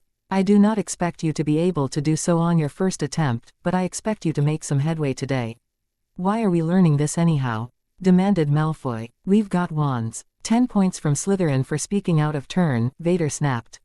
You are learning this because a situation may arise in which your wand has been lost, damaged, or destroyed. In such a situation you must still be able to utilize your powers. The training you receive in this class could very well save your life someday. Malfoy gave a disdainful snort. Everyone clear your minds, Vader went on. Extend your senses. Reach deep within yourselves and feel the power of your magic. Become acquainted with it, one with it. Harry sat a moment, unsure of what to do. Extend his senses. Feel the power of his magic. What was that supposed to mean?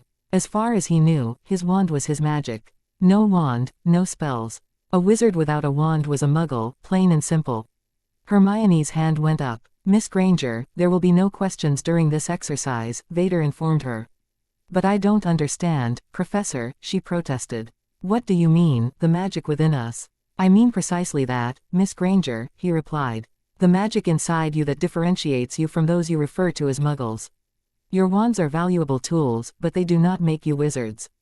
They merely channel the power from your body, as an electric cord channels power from a generator to a muggle machine. If simply holding a wand made you a wizard, any muggle could claim himself a wizard by owning one. Oh, she replied with a nod. I see. That explained it. But how was one supposed to get in touch with their inner magic? He glanced over at Ron and saw he had squeezed his eyes shut in concentration. Not knowing what else to do, he followed his friend's example. In his mind he sifted through his memories, trying to find something relevant, anything. The memory of his trip to the zoo with the Dursleys surfaced. Dudley's friend had pushed him down, and the glass enclosure surrounding the boa constrictor had vanished. That stumped him. He hadn't had a wand. And yet he'd freed the snake via magic. Vader had been correct all along. But how had he managed it? He focused on that memory, digging deeper, replaying the events of the day. Deep inside him, he seemed to feel something familiar yet alien, part of him yet separate, something that had arisen that fateful day. He tried to concentrate on that presence.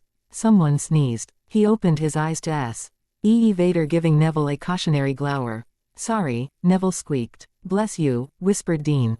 Shish, hissed Hermione. Harry closed his eyes again, trying to find whatever that had been again. At last he located it and tried his hardest to focus on it.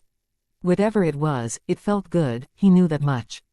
Once he'd touched it, he didn't want to let go of it. It soothed him and flowed through his body, warming him like a mug of hot chocolate, only much more satisfying.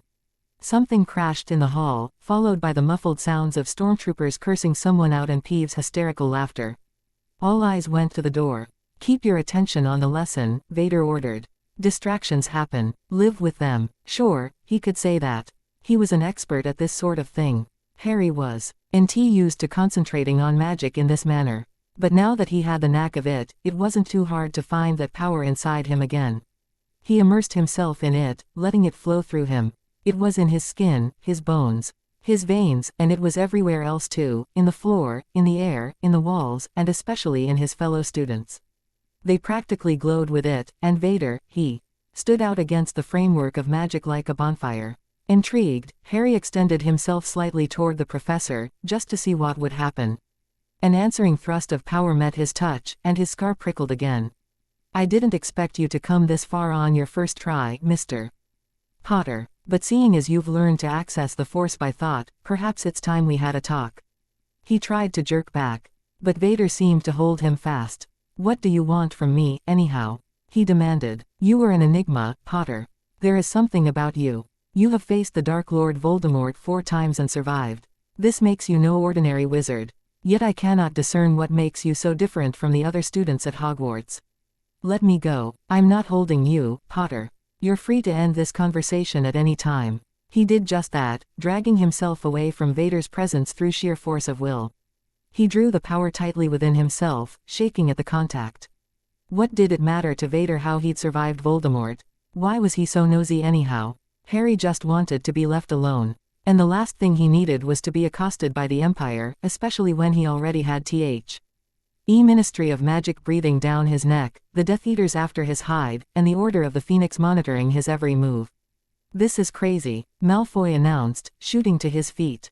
"We're just sitting here falling asleep. We're not learning anything. If I wanted to take a nap, I'd go to the Slytherin common room." "Shut up," snapped Seamus. "That will be quite enough, Mr. Malfoy and Mr. Finnegan," Vader ordered. "And for your information, Mr. Malfoy, if you have made no progress by this point, it is because you haven't been trying."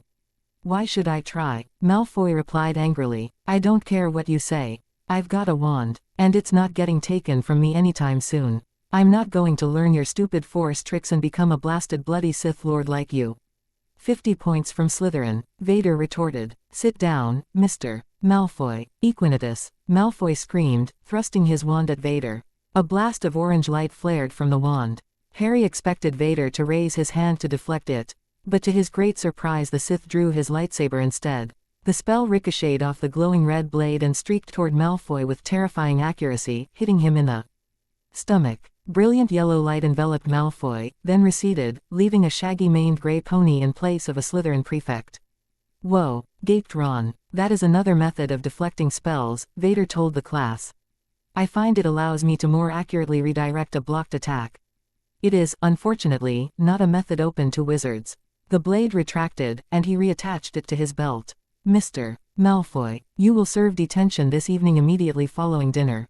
Mr. Crabbe and Mr. Goyle will escort you to the hospital wing." Malfoy whinnied angrily as Crabbe and Goyle grabbed his mane and led him out the door. "As for the rest of you, you may take the rest of the class period off. You were dismissed." Harry stretched his legs and stood. "That was interesting." "You mean weird, Ron Eplied as they strode toward the Quidditch field together. "Magic within us, did you actually feel anything?" Harry: "Yeah, why?" "Oh." Ron's face fell. "I spent 20 minutes focusing on a funny feel in my stomach until I realized it was just indigestion." "At least you're trying," Hermione told him. "Malfoy doesn't appear to care about it. He expects to be able to bribe his way out of any fight," Harry retorted. "Watching Quidditch practice today, Herm." "Why not?" Practice was rather miserable, as the air was still very wet from last night's rain and the newest chaser, a scrawny boy named Capulet, couldn't seem to control his broom. After he plowed into the muddy pitch for a 5th time, Angelina called it off. "Same time tomorrow," she told everyone. "I want you to show up early, Ron. You need all the practice you can get, I'm sorry to say." Ron groaned. Maybe I'm not fit to be a keeper. You did fine for your first time, Harry said encouragingly, slapping his shoulder. Hermione jogged over to them. Harry, get your cloak. It's urgent. What, another, mission? Asked Ron. Hermione glared. For your information, Ron, I overheard Professor McGonagall talking to Professor Flitwick about the Rebel Alliance. Quote, the what? The two boys said at once. The Rebel Alliance, she repeated in a tone most people reserved for idiots. They're the Galactic Empire's greatest enemy. And depending on who you talk to, they're either evil and must be destroyed, or they're trying to restore justice to the galaxy. What's this got to do with, asked Ron. Nothing, she snapped. Don't you two see the connection? The Ministry of Magic keeps in regular contact with the Empire. So Dumbledore must be trying to join forces with the Rebel Alliance in case the Ministry and the Empire ever unite against the Order of the Phoenix. And how does this involve my cloak? Demanded Harry. I thought you were tired of not knowing what the Order was up to and why, Harry, replied Hermione. This way we might be able to get some answers. I thought we prefects couldn't break the rules, Ron said. Hermione only glared. Meet me tonight at the statue of Caleb the Callow if you want to know what Dumbledore's doing contacting the Rebel Alliance, okay. She swept away. Ron rolled his eyes. I'll never understand how her mind works. She's got a point, Harry replied. I mean, if Dumbledore wants to join the rebellion, that's serious business. And if Vader finds out, the school could be in big trouble. This had better be good, moaned Ron. Are you finished? Vader demanded, jamming his hand back into his glove. With the palm reading, yes, Trelawney replied airily. But I was hoping to squeeze in a reading of your tea leaves. I don't drink tea, he said shortly. Very well then. I must say that was an exhilarating reading, Professor Vader. I've never seen a future so clouded and chaotic. After being accosted by Trelawney after lunch, Vader had finally CKED down and submitted to a reading of his future. 3 hours later, after staring into the crystal ball, plotting the position of the planets on the day of his birth, dealing out the tarot cards, Andy having his flesh and blood left hand minutely inspected, it was taking all his strength to resist the temptation to throttle the divination professor.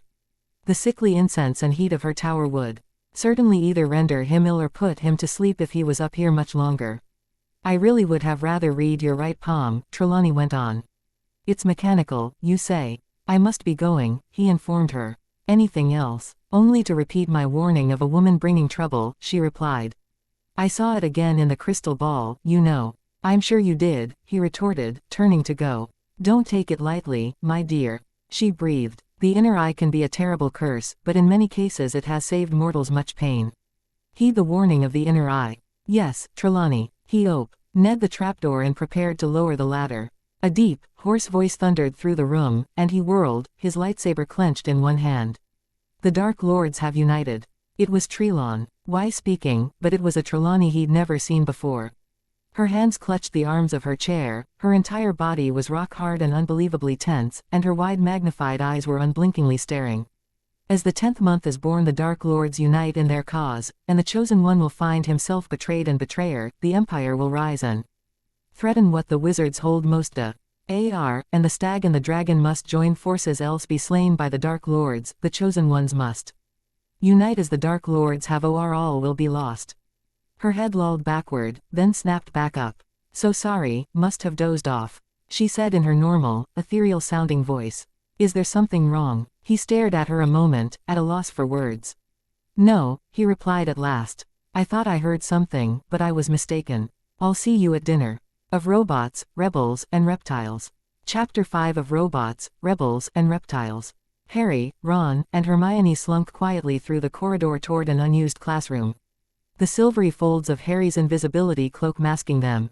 According to what Hermione had overheard, Dumbledore was to meet with a rebel leader in this room. The plan was to sneak into the room and sit in a corner to watch the meeting. Failing that, they at least hoped to be able to listen through the door. I don't think this'll work, Ron whispered. Have some faith, Ron, Hermione replied, carefully drawing her wand. Alahalamora. The door opened, and they slipped in, huddling in a corner. This classroom had been abandoned for a good many years, but it read to have last been used for a runes class, judging from the strange markings on the walls. Cobwebs and dust shrouded every surface, and the faintly glistening remains of a broken remembrall littered the floor. On a cracked blackboard a faint inscription could still be read, essays due Friday, those failing to turn it in will be hexed. Cheery place, Harry noted. Minutes later the door opened, and Dumbledore entered the room, leading a strange creature in. This is a private room, he assured his guest. We won't be disturbed. Are you quite certain of that, Master Dumbledore? The being replied in a clipped, refined voice that straddled a line between dignified and hysterical. This thing, whatever he was humanoid and definitely talked like a human, but he was encased in gold metal from head to foot excepting one silver leg. His eyes glowed amber in the semi-darkened classroom, and when he moved strange grinding and cranking noises could be heard. He's a robot, Harry thought, amazed. I'm very sure, Mr. 3PO, Dumbledore replied. Ah, here's your friend. Another robot, this one barrel-shaped with blue and white plating and about as tall as Professor Flitwick, trundled in on treaded feet, emitting beeps and whistles and turning his domed head from side to side. I'm very glad you came here on such short notice, 3PO and R2, Dumbledore told the robots. Master Luke says that you specifically requested to see R2, 3PO explained. Though I'm not quite sure why. Because an Imperial is currently residing in Hogwarts, Dumbledore replied. And a robot will not attract his attention as much as a rebel leader. Oh, 3PO said weakly. R2 beeped helpfully. He says that he is ready to set up the communication system, 3PO translated. But Master Dumbledore, I thought our communications didn't work here. Normally not, Dumbledore replied. But I've been able to create a system where transmissions can be received through a Muggle transmitter, in this case R2's transmitters, and redirected to the flow network. R2, if you will. R2 turned his head and opened a hatch on his dome, revealing a socket similar to the USB port on Uncle Vernon's fancy new computer. Dumbledore pulled a silver pipe from his pocket, tapped it a few times with his wand, and inserted it into the outlet. Then an antenna extended from the top of the little robot, rotating 1.5 turns before settling on an acceptable position. Pardon me, sir, but how is this, began 3PO. Just watch, Dumbledore said with a smile. With a wave of his wand a fire burst to life in the fireplace. He tossed in a pinch of dust, and the flames turned a brilliant purple. Now would be a good time. R2. He beeped in reply, and a bluish light issued from the tube in his side. It shone into the fire and revealed a 3-foot-tall image of a stately woman in white, her brown hair tightly braided. Princess Leia, how good of you to join us, Dumbledore told her. Giving a sweeping bow. Albus Dumbledore, Leia replied with a nod. I understand you wish to negotiate an alliance with the rebellion. That is true. I thought the wizards see immunity made it clear that they wanted no part in affairs beyond their world, she said with a raised eyebrow.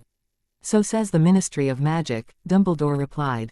And as you can see, I'm not the Ministry of Magic, am I?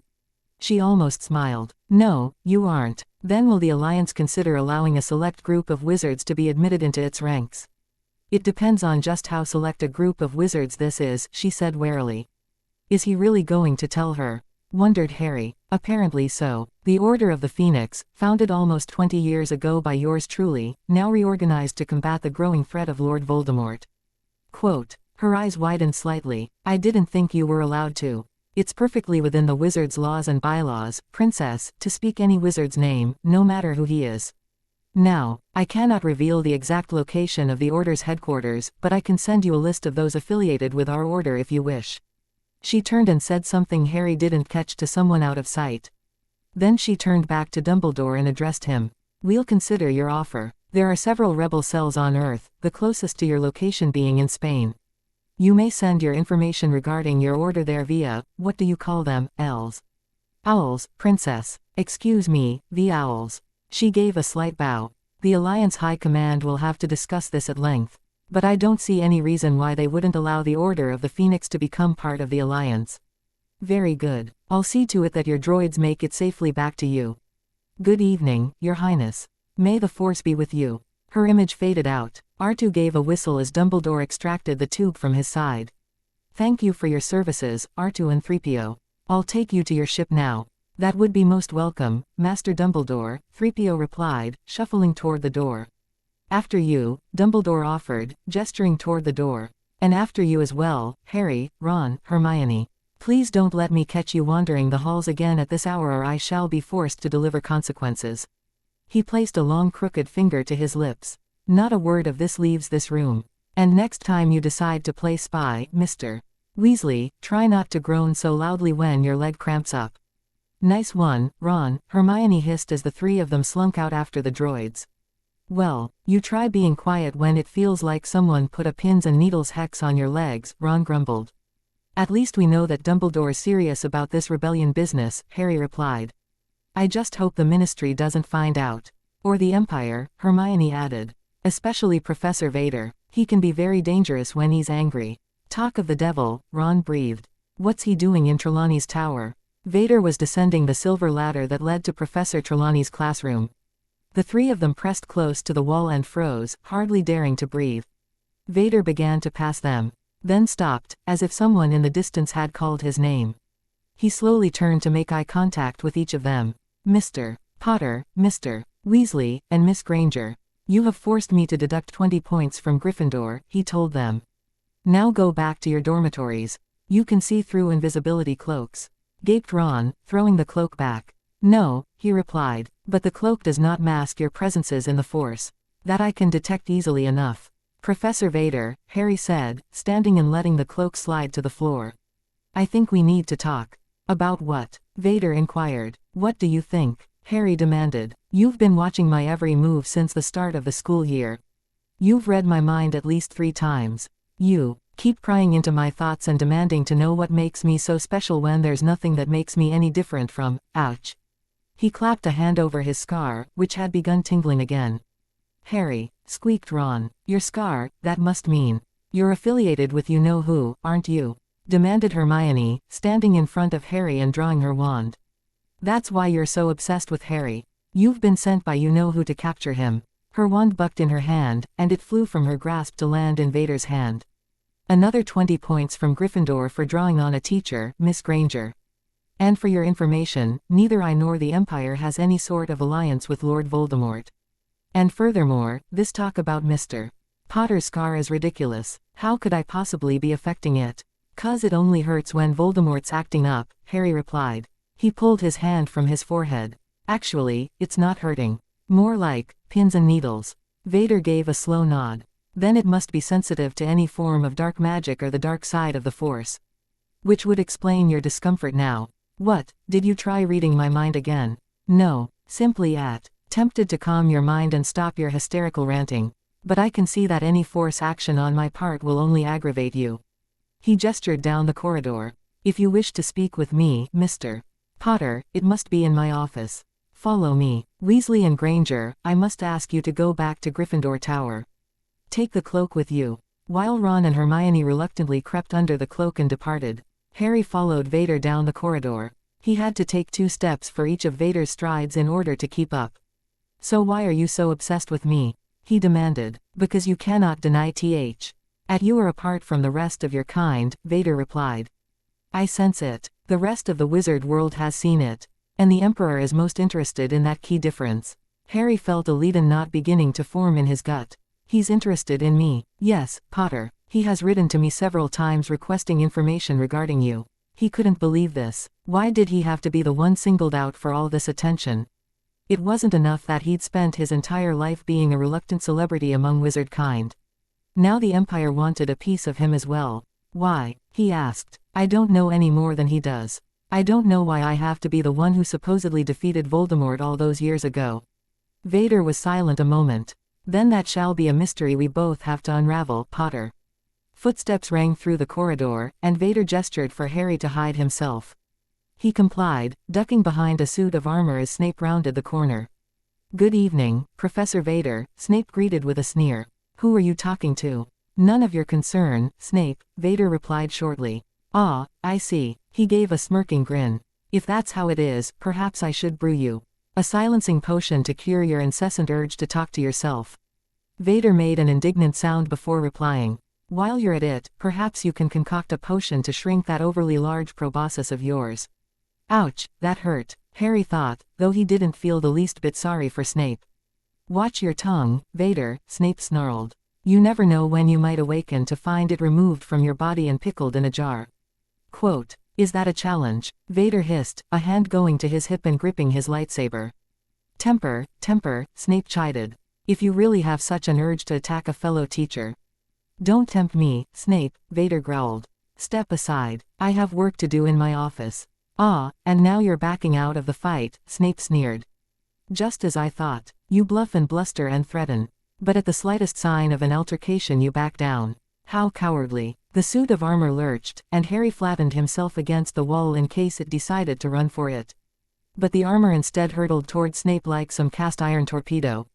Snape fired a banishing charm that sent it flying over his body and landing with a crash on the floor behind him. Stupefy, he shouted. Vader's lightsaber hissed to life in a flash of scarlet, and the stunner smashed into the corner of a painting, knocking it askew and sending the hippogriffs within it shrieking in outrage. More spells followed that first, which Vader blocked with both his weapon and the Force. Now what's all this? Demanded the Fat Friar, drifting down the hall with nearly headless Nick at his side. Come now, gentlemen, we can't have this. We must set a good example for the students. Good night, exclaimed Nick as a curse sizzled through his transparent torso. Something's really set Snape off this time. Ooh, a little rough and tumble. Giggled that lover of chaos Peeves, soaring down the corridor with a filibuster Roman candle in his hands. Goody goody, what fun. Go away, Nick ordered. This is bad enough without you stepping in. What, and miss the fun? He demanded, settling back in a reclining position and munching on the end of the Roman candle, clearly enjoying himself. A spell whizzed by Harry's cheek, so close the heat of it scorched the hairs on his cheek. He supposed he should be doing something to stop the fight, but what could he do? Besides, he didn't. Think Professor Vader could be bested that easily. Too bad Fred and George can't see is, he thought perversely. Vader knocked aside one more curse, then thrust out his hand, palm out.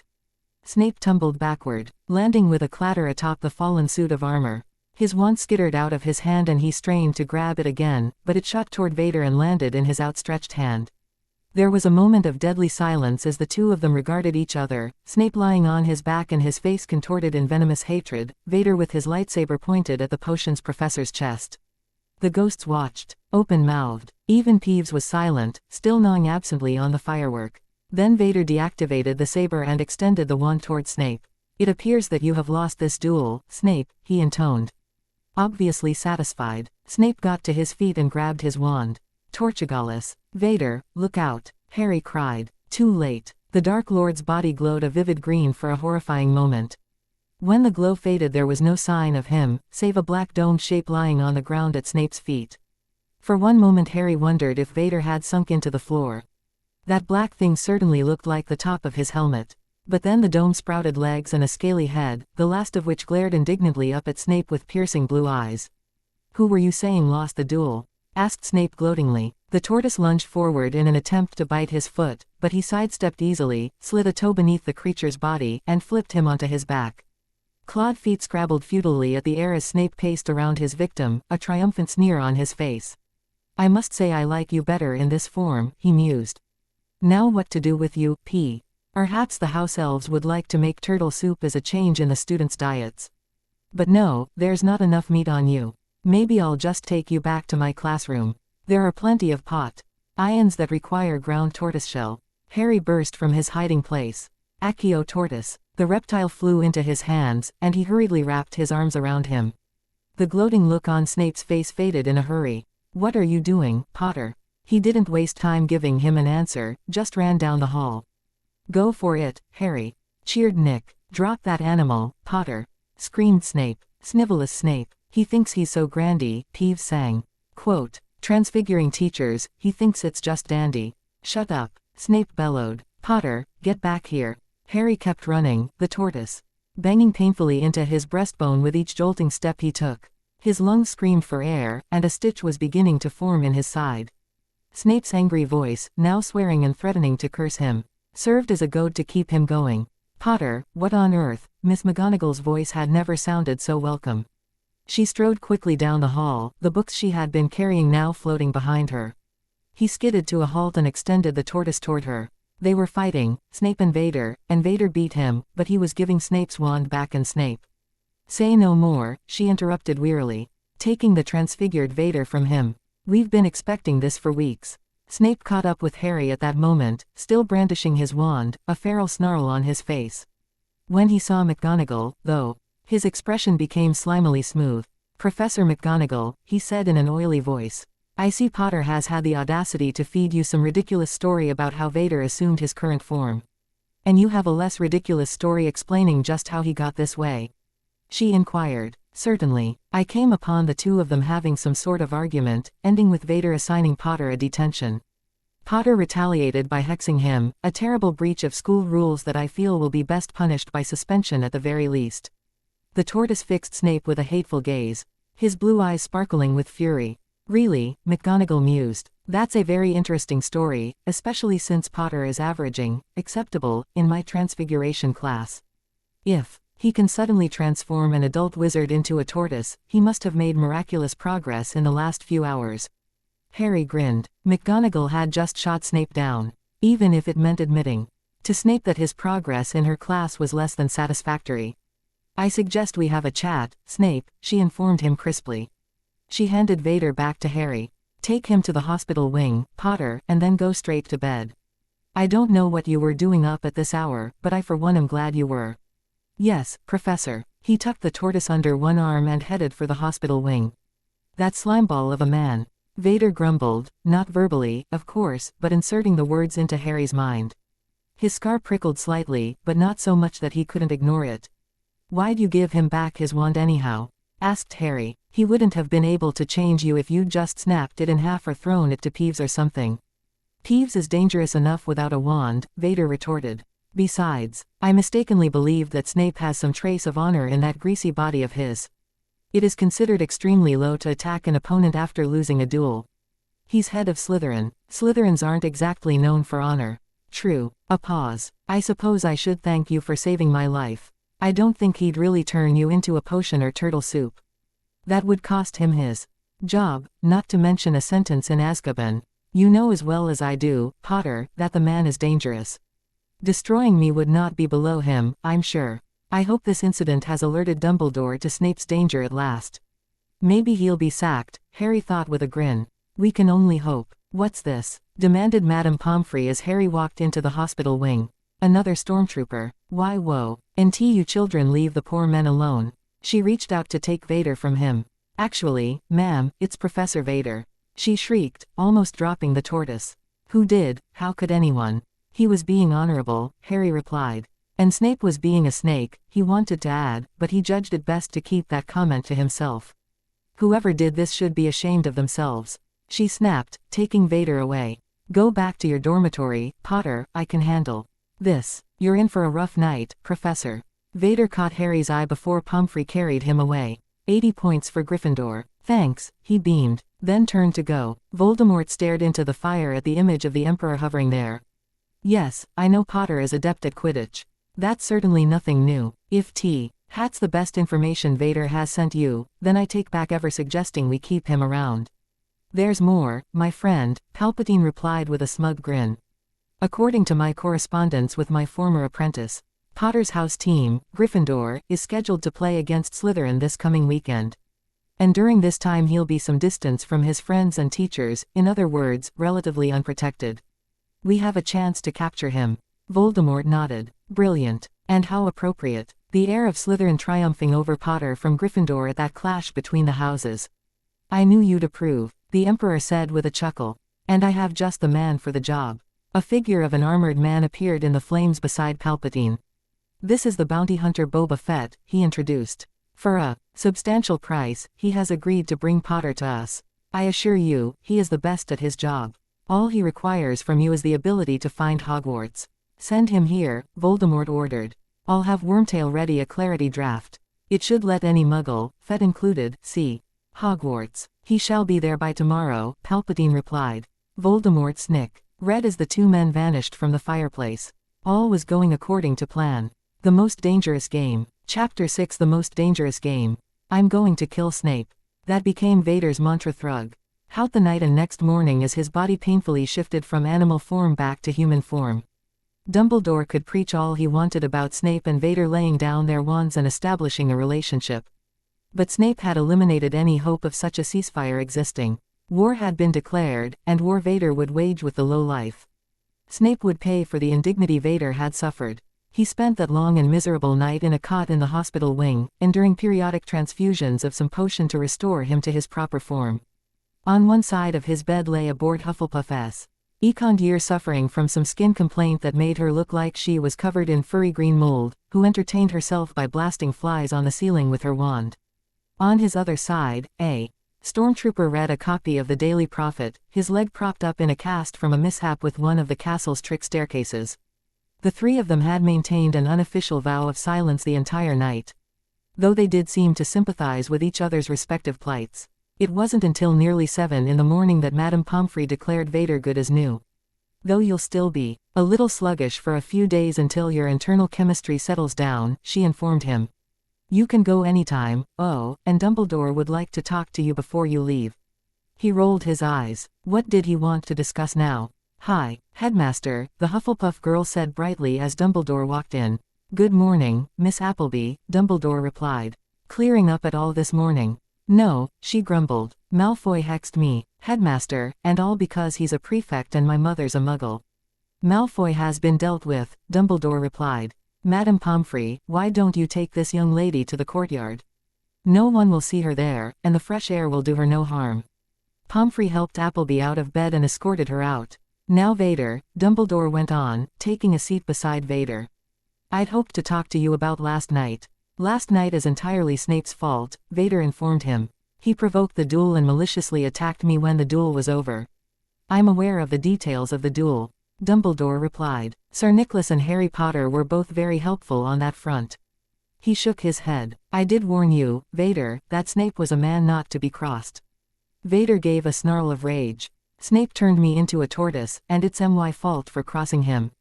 If Harry's testimony is to be believed, and I believe he has no reason to lie, you attacked Snape first. Only because he goaded me into—" "You were an adult, Professor Vader," Dumbledore interrupted. "Thus, I expect you to take responsibility for your own actions. I understand that you find that concept difficult. But if you are to maintain your post here, I suggest you try a little harder." He fumed silently. This wasn't his fault. If Snape had not provoked the duel, everything's someone else's fault, isn't it? A small voice in the back of his head cut in. "It's Obi-Wan's fault you became a Sith, it's the Jedi's fault your mother died, can you not take responsibility for anything in your life?" He thrust those thoughts violently out of his mind. "But I did not come here merely to discuss your battle with Snape," Dumbledore continued. "Though it did cost me a 50-galleon bet, the astronomy professor maintains that since Snape got in the last shot, he was the true winner, but that's beside the point. What I also came here to discuss is your loyalties." "And what is that supposed to mean?" "You told me at one point that you were loyal only to the Empire," Dumbledore replied. "But you also told me that you would do all you could to ensure that the Ministry of Magic would not perpetuate their cover-up of Voldemort's return. Unfortunately, I believe that very soon, within months at the most, your allegiances will no longer be compatible. You will be forced to choose between the two." Vader stared at Dumbledore incredulously. Where in the galaxy did the headmaster get this idea? The Empire had nothing to do with the Ministry of Magic. How could they possibly be abetting their conspiracy regarding Voldemort? "I suppose you wonder what I'm talking about," Dumbledore said as if reading his mind. He raised his wand and pointed it at the Stormtrooper, who was now dozing. With the Daily Prophet draped over his chest like a tent. Accio newspaper. The paper fluttered like an oversized moth into Dumbledore's hands, and he folded it neatly so the front page was visible and handed it to Vader. "It's made the front pages, I'm afraid." The headline alone was enough to stun Vader. "Galactic Empire proposes treaty of alliance with Ministry of Magic." In a surprise political move this past Wednesday, representatives of the Galactic Empire proposed an alliance of power with the magical community. "We're very excited about ushering in this next great stage of the wizarding world's progress," Minister of Magic Cornelius Fudge told the Prophet. "This treaty can only benefit wizards and witches all over the world, not to mention the people of the Empire." Imperial Grand Admiral Thrawn and Imperial Grand Moff Argonne, the representatives that visited the Minister of Magic, were also optimistic regarding the potential alliance. "Our societies have mistrusted each other for years," Thrawn said. "By allying and taking on a common cause in defending ourselves from those who would destroy our societies, whether from within or from without, perhaps we can make amends for those years of restrained hostilities. Perhaps it is time our worlds came to accept each other," Argonne added. "Perhaps it is time the Empire came to accept magic, just as the wizards are overdue in accepting technology." The treaty negotiations are scheduled to begin October 30th. It is not known how long they will continue before an agreement is reached, though local seers predict it will take approximately 26 years for any sort of compromise to be made. To be perfectly realistic, we expect a decision to be made within the year, a confident Imperial leader who asked to remain anonymous told the Prophet. Emperor Palpatine, the reclusive leader of the Galactic Empire, and Lord Darth Vader, his imposing second-in-command, could not be reached for comment. They hadn't even tried to reach him for comment. Then again, if they had, they would have received their comment in the form of a dead reporter. He read on. It is not known why the Empire, formerly aloof from the magical community, has chosen to propose a merger of power with the Ministry, though some officials suspect the recent hiring of Lord Darth Vader as a teacher of defense against the dark arts classes at Hogwarts School of Witchcraft and Wizardry may have been a sign of the Empire's growing interest in the wizarding world. The recruitment, which stirred nationwide controversy at first, may have only been a first step in warming relations between the two communities. As a concerned parent, I'm still not very enthusiastic about having a Dark Lord of the Sith instructing my child and being responsible for his welfare, Lucius Malfoy told the Prophet. But as a concerned member of the wizarding community, I can see many benefits of the wizards joining the Empire: the opportunity to visit other worlds, more employment offers, access to better medical and educational facilities. Lord Vader has been a great success at Hogwarts, despite some shaky first impressions. Care of magical creatures. Professor Wilhelmina Grubbly Plank said. Not familiar with his teaching style, but it seems to be working well. The proposal has not been embraced by the entire wizarding community. Ministry employees Nymphadora Tonks and Arthur Weasley, among a handful of others, have filed letters of protest with the Ministry at the news. It's absolutely disgraceful, Weasley told reporters last Wednesday. The Empire is a dictatorship. It'll be a dark day when any wizard throws his lot in with a dictatorship. To read about Weasley's suspected ties to Muggle terrorist cells, see page 16a. Beneath the headline was a photo of the plump, rather dim-looking Minister of Magic, grinning broadly from beneath the brim of his bowler hat, his arms draped around the shoulders of the two Imperial representatives. Thrawn wore a small confident smile on his sapphire features, ruby eyes gleaming eagerly. Argon's flabby pale face was expressionless, but then, Argon had never been one to exhibit any emotion besides boredom. Perhaps now you see what I mean, Dumbledore said quietly. Vader shook his head. Something isn't right. I should have heard something about this. A treaty of alliance is a serious matter. I suspect the Emperor didn't want you to discover this, Dumbledore replied. What do you mean? Vader demanded. I am a Dark Lord of the Sith, second only to the Emperor, Palpatine's right-hand man and most trusted confidant. Why would he keep this from me? Dumbledore gave a sad smile, as if he sympathized with his plight but chose to do nothing about it. I have no desire to put myself in your Emperor's shoes and try to think like him. It would no doubt scare me out of my wits, but I have a theory, and no more than that the Emperor sent you away for a year because he was planning something that didn't require your scrutiny. Vader couldn't accept that. I would not have protested such a treaty. Vader, you are a man of honor, Dumbledore cut in. A man of honor is rare indeed, and rarer still in the Empire.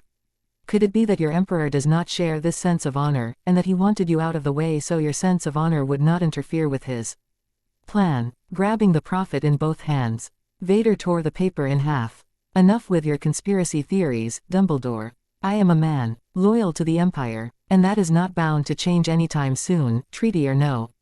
Dumbledore sighed and stood. Very well, though I pray you will reconsider your words. He held out his hand. Miss Hermione Granger informs me that you still have possession of her wand. May I? He unclipped the wand from his belt and returned it. Now leave me. I've had enough with your suspicions and presumptions for today. Oh, there's one more thing, Dumbledore said suddenly. And he dropped a book on the bedside table. The title was printed in gold and read Quidditch Through the Ages. What's this? He demanded. Reading material. I suggest you study up, Professor Vader. You're refereeing over the Quidditch match this coming Saturday.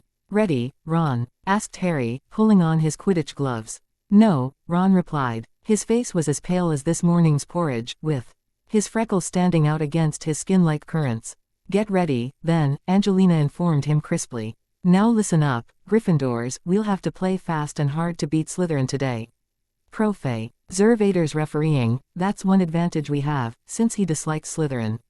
The ground'll still be pretty hard from last night's frost, so try not to crash or fall off. Grass'll be slick, so watch your takeoffs.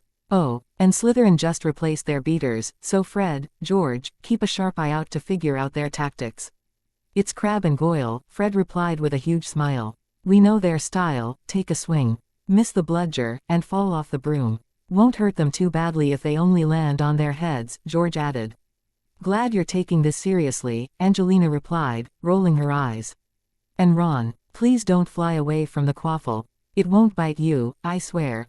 Guard the goalposts if you have to block the quaffle with your head. He's not that bad, Angelina, Harry protested.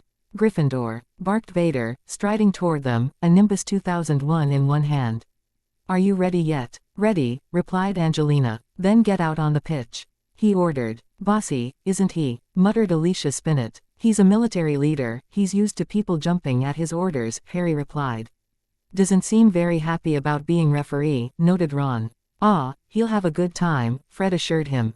Anything to whack points off Slytherin, George added. The Slytherin team stood in a row on the pitch, awaiting the arrival of their opponents. The new team captain, Montague, reminded Harry painfully of Dudley. Crabbe and Goyle stood just beside him, glaring dully at the Gryffindor team. Malfoy smirked at Harry and Ron, giving an evil wink. Mount your brooms, Vader commanded. Following suit by climbing astride his Nimbus 2001. Harry had expected him to be clumsy with the broom, but he seemed perfectly at ease aboard it. Take positions, shouted Angelina, just as Vader kicked the trunk containing the balls open and went airborne. The quaffle shot straight up, the bludger spiraled away eagerly, and the snitch vanished in a blur of gold. And they're off, shouted Lee Jordan, the game announcer. There goes Angelina Johnson, Gryffindor captain and chaser, isn't she grand? She's got the quaffle and is going. Montague steals it, bludger to the chest and he loses it to Katie Bell, Katie passes to Spinnet. Spinnet goes for the goal. Harry circled the edges of the pitch, keeping an eye out for any flicker of gold that could mean the snitch. On the other end of the field, Malfoy did the same. Vader hovered ominously to the side like a dark bird of prey, watching the action. Harry wondered how familiar he was with the game and whether or not he appreciated the sport. Back in Slytherin's possession, nice beater work by the Weasleys. Angelina's got the quaffle and is going for the goal, you dirty rat you. Pusey has the ball, that was a definite foul, Pusey. Jordan, if you cannot commentate in an unbiased fashion, McGonagall snapped. There was a shout from Vader's direction, and he made a timeout gesture with his hands like an American football referee. Penalty shot for Gryffindor for unprovoked attack on a chaser. He announced. Gryffindors cheered, and Luna Lovegood's ridiculous lion-shaped hat. She had modeled it for Harry at breakfast that morning, gave an approving bellow. Spinnet takes the quaffle, score 1 for Gryffindor. Montague has the ball and is going down the pitch, passes to Pusey, passes back to Montague, Gryffindor keeper moves to block, score for Slytherin. Teams are tied 10-10, and the crowd's going wild. Ron had frozen in midair as the ball had gone for him, and it had whizzed past his shoulder and into the scoring hoop. Ron Weasley, move a few inches next time, cried Angelina. Sorry, he mumbled, flushing red. Malfoy sneered from nearby. What's the matter, Weasel? Ah, you halfweight of de ball. Shut up, Malfoy, Harry ordered. Who made you Royal Highness? Malfoy retorted. Malfoy, look for the snitch, you idiot. Montague bellowed. Don't waste time gabbing. Harry started at that moment. Montague was heading right for Ron. Quaffle in hand. Ron seemed to petrify at that moment, too terrified to twitch, let alone block. Poor Wani Weasley's too halfweight of de ball, said Malfoy in a mocking, babyish voice. His poor fat mommy's gonna CWY when her whittle baby misses de quaffle again. The quaffle's impact in Malfoy's sneering face cut off the rest of his insult. Ron, his arms still raised from catching and throwing the ball, looked positively stunned at what he'd done. Great save from Weasley, cried Jordan, but it doesn't look like Vader's too happy with it, he's called a timeout. Vader brought his Nimbus to a halt nearby, glowering at the three boys. Mr. Weasley, explain your actions. He's a prat, Ron snarled. He deserved it. Malfoy provoked it, Harry said in Ron's defense. He was making ugly remarks. And Ron, well, I didn't do anything, Malfoy growled, rubbing his soon-to-be black eye. I see, Vader replied, clearly amused. He raised his voice. Penalty shot T. O Gryffindor for deliberate distraction of their keeper. Penalty shot to Slytherin for deliberate damage to their seeker. Katie landed the shot neatly, but Montague was so angry he missed Slytherin's shot. Gryffindor was back in possession of the quaffle. There goes Belle, off down the field, close call with that bludger. Weasley's hit it back at Goyle, but Goyle's hit it back at Weasley. What is this, tennis? For Goyle and Fred were now smacking the bludger back and forth between them, Fred with a huge grin as he was clearly enjoying himself, Goyle with an expression that made him look like an infuriated gorilla. It did indeed look like a tennis match played on brooms. Break it up, Fred. Angelina shouted. Go help George. Busy, Fred called back sweetly, casually batting the bludger back at Goyle. Goyle, this is no time for games. Montague screeched. I'll get him if it's the last thing I do. Goyle growled, smashing the bludger back at Fred. Vader swooped over at that moment. Enough of this, he ordered. If you have issues with one another, settle them off the pitch. Fred slammed the bludger back at Goyle, who batted it savagely at Vader with an infuriated cry. Vader's hands came up, and he caught the bludger in midair with no apparent damage or discomfort. Fred and Goyle gaped. Did you see that? Screamed Jordan. Did you see that? Ladies and gentlemen, that was a spectacular move by our referee. If only England could recruit him for the World Cup. Vader released the bludger, letting it zip away in the general direction of the Slytherin goalposts. I'm pulling Goyle from the game, he announced. You can't do that, Montague protested. I most assuredly can, Vader retorted. And Goyle, kindly put your wand back in its pocket, or I'll be forced to issue a detention as well. You will land your broom and retire to the bench for the remainder of the game. Goyle spat a long list of obscenities as he drifted toward the pitch, stomping sulkily toward the dressing rooms with his broom in tow. Slytherin's down a beater now. Pusey takes the quaffle, bludger to the nose. Ouch. Bell's got the quaffle, going for the goal. Nice save by Johnson, just bare. Lee missed Montague. What in the world is that? That was an object that arced toward the pitch from the direction of the Forbidden Forest, an object far too big to be a bludger, an object that seemed to trail fire as it streaked forward. An object heading right for Harry. Only the fact that he was riding a firebolt, the fastest broom ever designed, saved Harry from being clobbered, and even then, he could just feel the thing brush his robes as it tore past. He brought himself around to get a good look at his attacker. It was a man, sheathed in battered metal armor like an exceptionally dingy stormtrooper. He wore a helmet reminiscent of an ancient Trojan soldier's, only without the feathered crest. What he'd taken for trailing flames was actually the glowing exhaust of a jetpack. The Maw N spun to face Harry and leveled a sawed-off blaster rifle at him. Protega, he cried, aiming his wand at the intruder. The blast ricocheted off an invisible shield and struck the pitch, shooting chunks of turf in the air. The crowd was no longer cheering on the players but was instead gawking and screaming in horror. Ladies and gentlemen, this is a definite first. Jordan went on, still in announcer mode. Never had someone crash a Quidditch game before. Let's see if Potter can take him on. Shut up, Lee, someone in the audience screamed.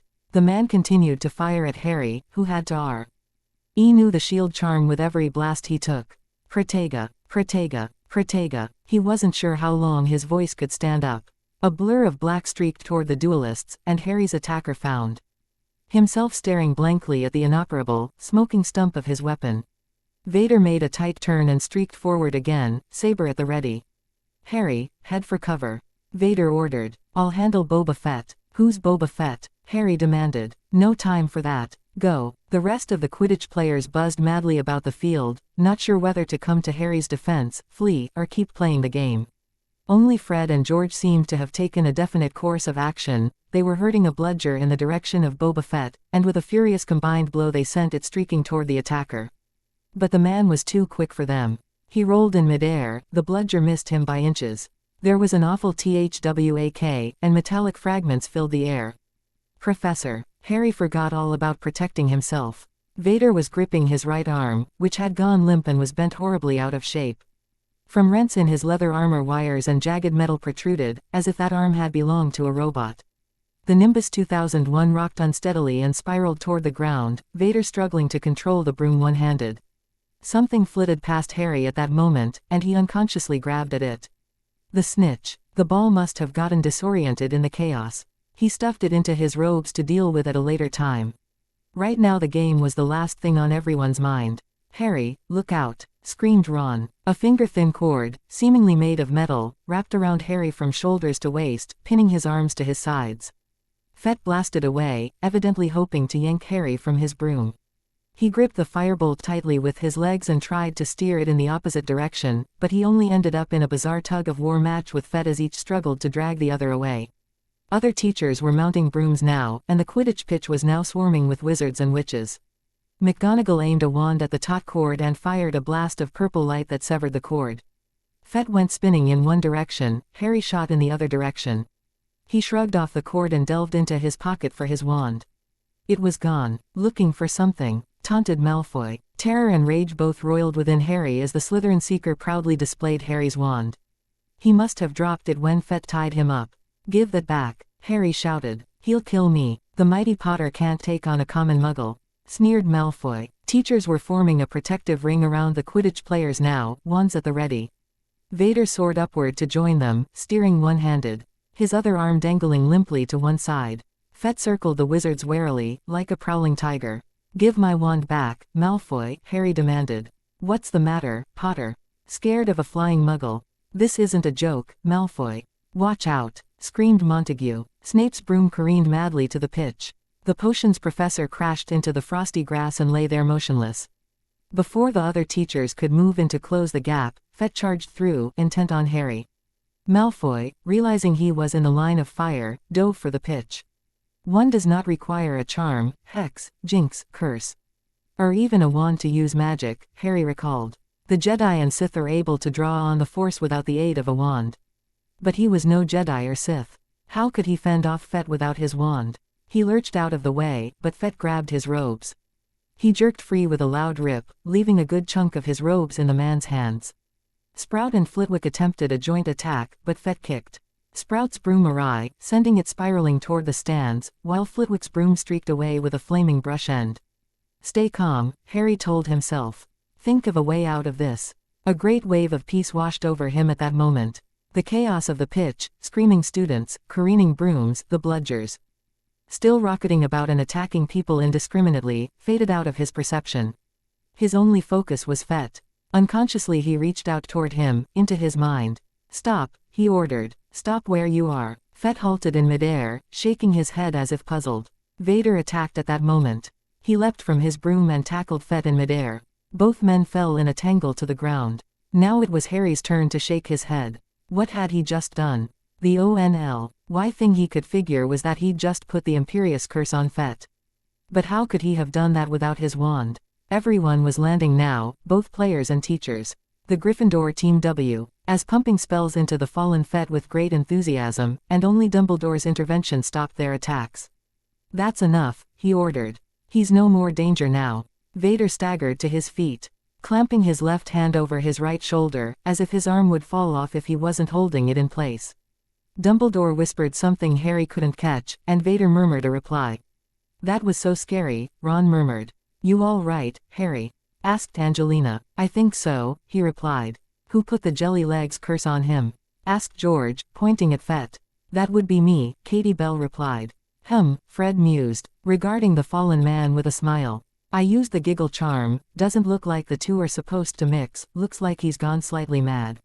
Students clustered around Fett's prone form, gaping. No one had ever seen anything like this man, an armored, flying muggle.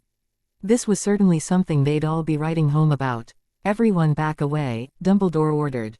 "We're taking this man to the hospital wing. Vader, you'd better head that way yourself."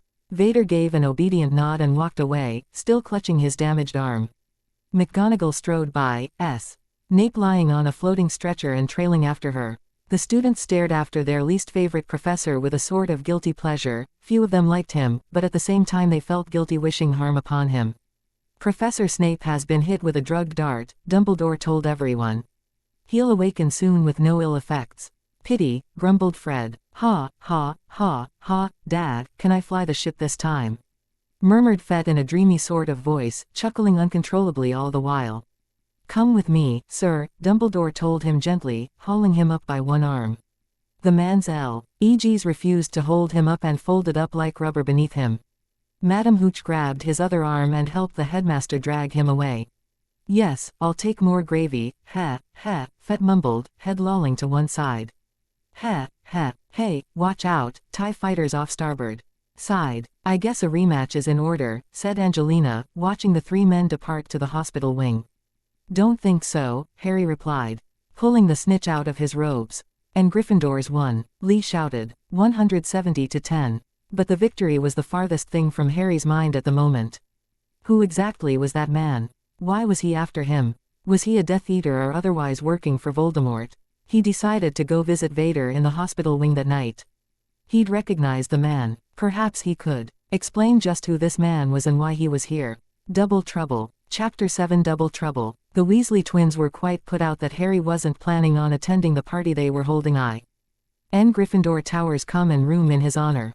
It's going to be the greatest yet. Fred insisted, shooting some red and gold streamers from his wand onto the ceiling. We've nicked a load of food from the kitchens. And there's a Star Wars fan in Ravenclaw that's donated some Boba Fett posters for us to use. Dean Thomas is making some adjustments to them. I'll catch the end of it, Harry promised. But I'm going to visit Vader in the hospital wing. He probably saved my life, you know. Here, we put together a nice get-well-soon fruit basket for him, George said, patting the arrangement. For looks only, of course. The grapes have engorgement charms in them, and the apples got a doozy of a bad bogey hex. Deliver it yourself, Hermione told the twins sternly. If you're going to be breaking school rules, at least have the tact to not drag other students into your escapades. Yes, ma'am, they replied in unison, saluting. Ooh, crooned Lavender, awed, as Dean fixed a poster to the portrait portal. It had once been a stationary poster of Boba Fett in flight, but now it depicted a grinning Harry circling the hapless Muggle, firing spells at him with merry abandon.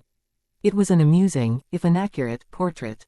Be back before 9, Hermione warned. Filch is in a bad mood tonight. Apparently someone gave a candy box to the Stormtroopers, without warning them that it was a Weasley-skiving snack box. And he had to clean up the hallway where they got sick.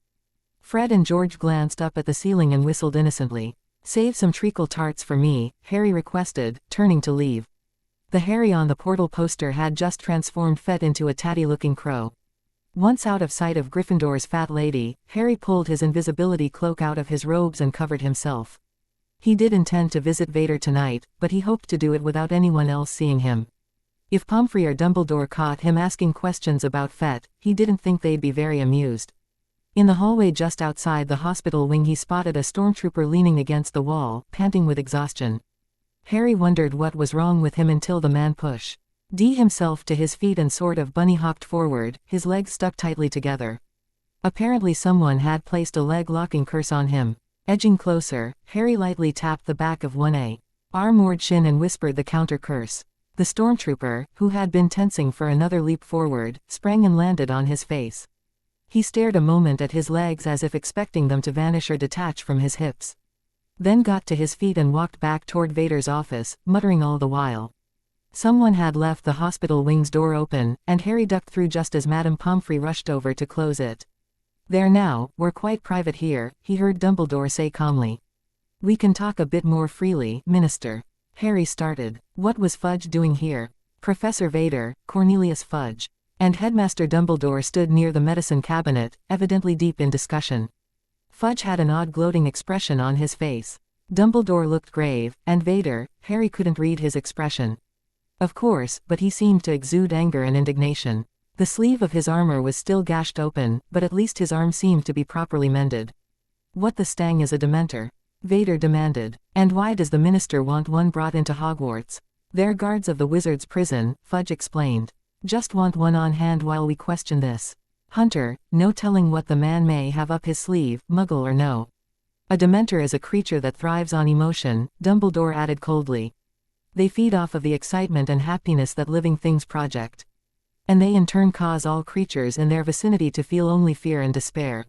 And I do not approve of bringing one into the school. Harry wanted to shout his agreement but kept silent. Now come, Dumbledore, you don't want me to face this hunter unprotected, do you? Fudge demanded, still gloating. Vader has volunteered the services of his stormtroopers, Dumbledore replied. They should be more than enough to protect you, especially since we have stripped Boba Fett of any objects that could possibly be a threat to you. Still, a Dementor will keep him subdued.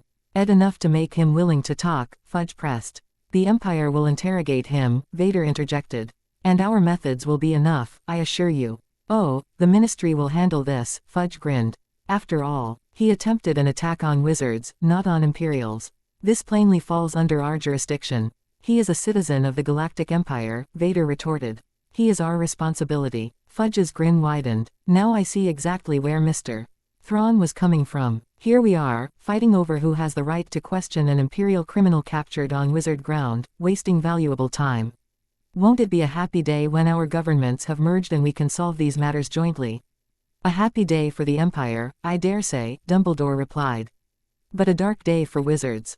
Oh ho, chortled Fudge. So it's not the dead you know who that we must watch out for now. It's the generous and open-armed Empire. The Empire has never been either generous or open-armed with its own people, Dumbledore countered. Why should it treat the wizards any differently? Now listen here, Dumbledore, Fudge said, an edge of anger creeping into his voice. You've taken this entire crusade of yours way too far. Not only do you insist that you know who has somehow risen from the dead, but now you declare the Empire to be our greatest enemies. You only know what the Empire has told you, Fudge, Dumbledore countered. You have not stopped to investigate their true nature. Do you honestly believe that a totalitarian government that declares martial law at the slightest hint of unrest is an ally to the wizarding world?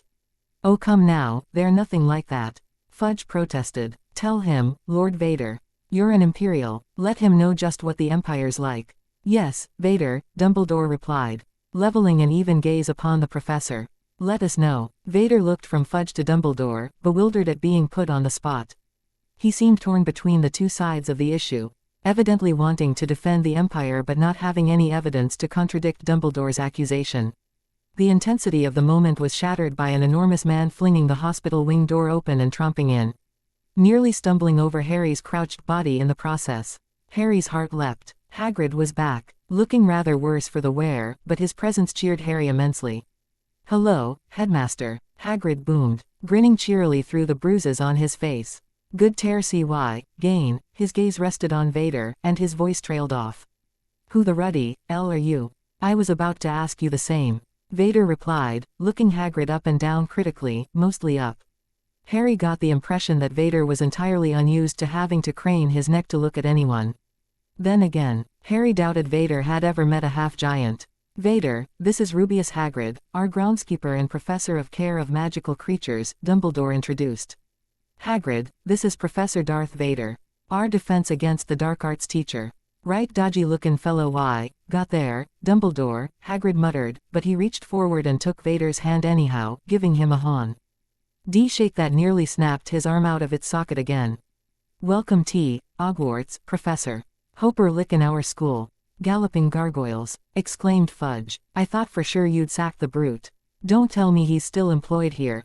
He is still very much employed here, Minister, Dumbledore replied. He was merely taking an extended vacation.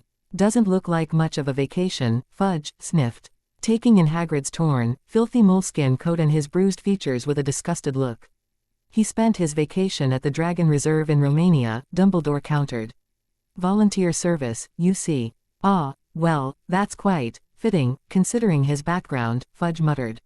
Pomfrey bustled forward. Headmaster, the muggle's awake now. I think the madness and giggle charm have finally worn off. It'll be a while before he's walking, though. No rush for that, my dear, Dumbledore told her. Give him a calming draft. Someone will be in to talk to him in a moment. A muggle in Hogwarts? Asked Hagrid. What's going on? We'll explain later, Dumbledore told him. Why don't you report to my office, and we'll talk about your trip. Minister, I'll be seeing you in the morning, and please reconsider bringing a Dementor into the school. I'd hate to have an incident similar to last year's. Fudge glowered. It will be the Ministry's decision whether or not to let anything into this school, Dumbledore. He stomped out, nearly treading on Harry's foot on the way. Headmaster Dumbledore, Vader inquired, do you honestly believe Voldemort is behind this? I do, Vader, Dumbledore replied. And I fear for Fett's safety should the Minister bring a Dementor into Hogwarts. Dementors were some of Voldemort's most loyal supporters, and they are not above destroying other followers that have been captured by the enemy or turned their allegiances. That is how we lost a key witness to Voldemort's return last year. Will you have me question Fett? If you wish. I'll secure a bottle of Veritaserum for your use. Vader nodded and swept out of the hospital wing. Follow me, Potter. Harry slipped after Vader, being careful to not step on the invisibility cloak or on the professor's cape. Who was that man, Professor? Boba Fett, Vader replied, not breaking his stride. He's a bounty hunter. Your headmaster is convinced that Lord Voldemort has hired him to capture and destroy you. Though it will take an interrogation to be sure. Oh, what'll you do with him once you've questioned him? Minister Fudge wishes to contain him in Azkaban. Dumbledore wants the Empire to take custody of him. I favor destroying the man. We will decide what to do after the interrogation.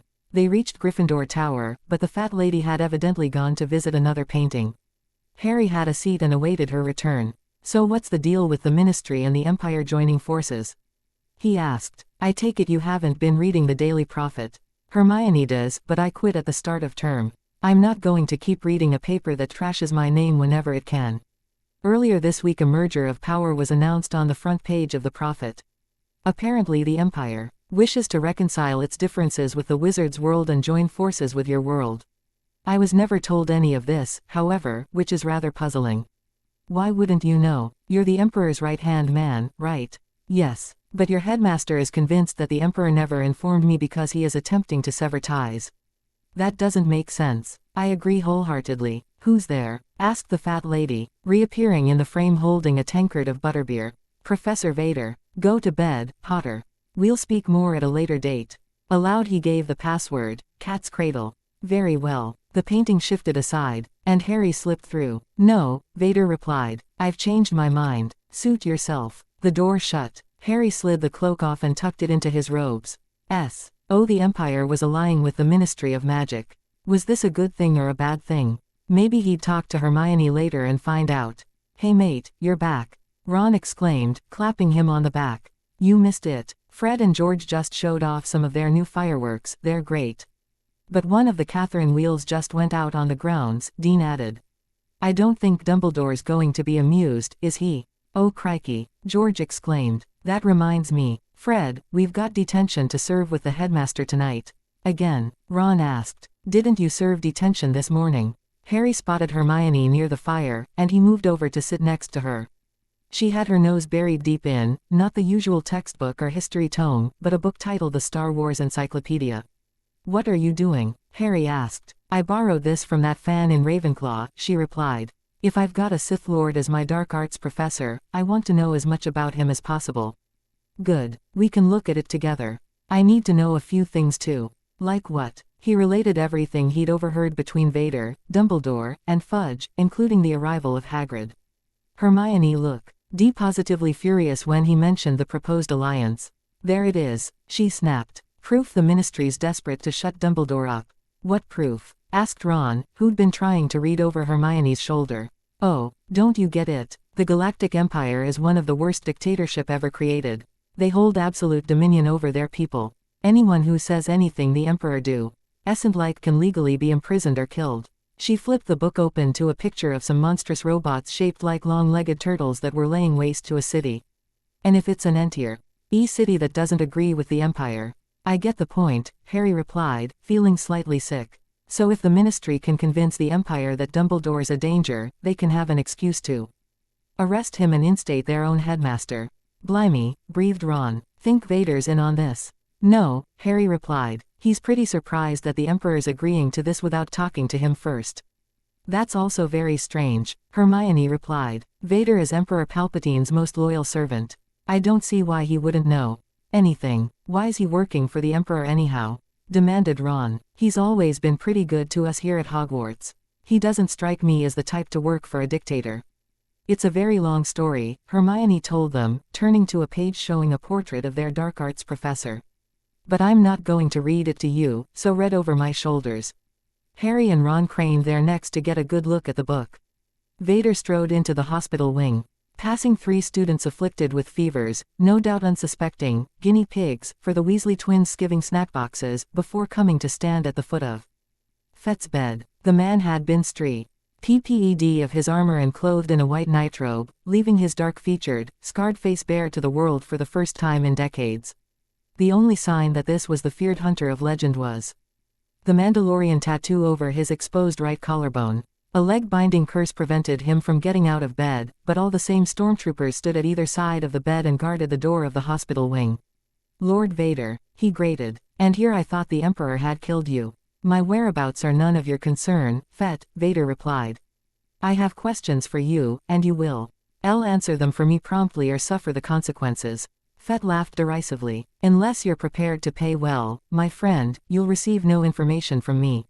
So be it. Vader gestured, and 2 stormtroopers moved forward with a deactivated interrogation droid. Fett showed no emotion. Vader figured he was no stranger to pain. But it wouldn't make much difference, the droid was just for show. Dumbledore, who detested the use of torture to acquire information, had instructed Vader to use an alternate method. Professor Vader, Madame Pomfrey exclaimed before the troopers could activate the machine. I will not have you intimidating my patience. She set a tray upon the bedside table. I'll prepare a drink for you now, Mr. Fett. I pass. I insist, she retorted. You need fluids in you to recuperate. Will it be coffee, tea, milk, pumpkin juice, hot chocolate? Each corresponding drink appeared on the tray as she spoke their names. Fine, snarled Fett. CAF. Strong. No sugar. One final cup appeared, and she turned her back on Fett as she made a show of adding milk to the product. Vader watched, intrigued. He'd never seen Veritaserum in use before. This should be an interesting experience. Here you are, Fett, she said at last. Fett didn't take the cup. You drink from it first. Oh, honestly, she took a sip. There, no poisons or drugs. Take it already. Fett drained the glass to the dregs. A slightly glazed look came over his eyes, though his expression was unchanged. Now then, Vader said firmly, boosting his words with the Force, who hired you to come to Hogwarts and why? Emperor Palpatine, Fett replied in a dull voice. Even his iron will couldn't stand up to the double assault of a wizard's potion and a Sith's power of suggestion. I received the message when I was finishing up business on Malastair, he went on. The Emperor needed a hunter willing to chance a trip to Earth, specifically, the wizarding world. When I arrived, he told me that he wanted a wizard student named Harry Potter, preferably alive. He was willing to offer 1 million credits for a completed mission. I accepted. Vader nodded, unsurprised. If you were going to hire the best, you had to be willing to pay the price. Do you know why he wanted Harry Potter? He had an alliance with some wizard or other, Fett mumbled. Wanted Harry for some purpose or other, he never said. I never met this wizard in person, but from what I gathered, the Emperor considered this man an equal. Acquiring Harry was supposed to be the next step in this wizard's plan to secure his dominion over the wizard world. This wasn't what Vader had wanted to hear. I saw the wizard's face once, in a magic fire the Emperor was using to communicate with the man, if you could call him a man. He had red eyes and a face like a snake's. His name was Voldemort. That was definitely what Vader did not wish to hear. I reported to a deserted manor in England to meet with an associate of Voldemort's, one Peter Pettigrew.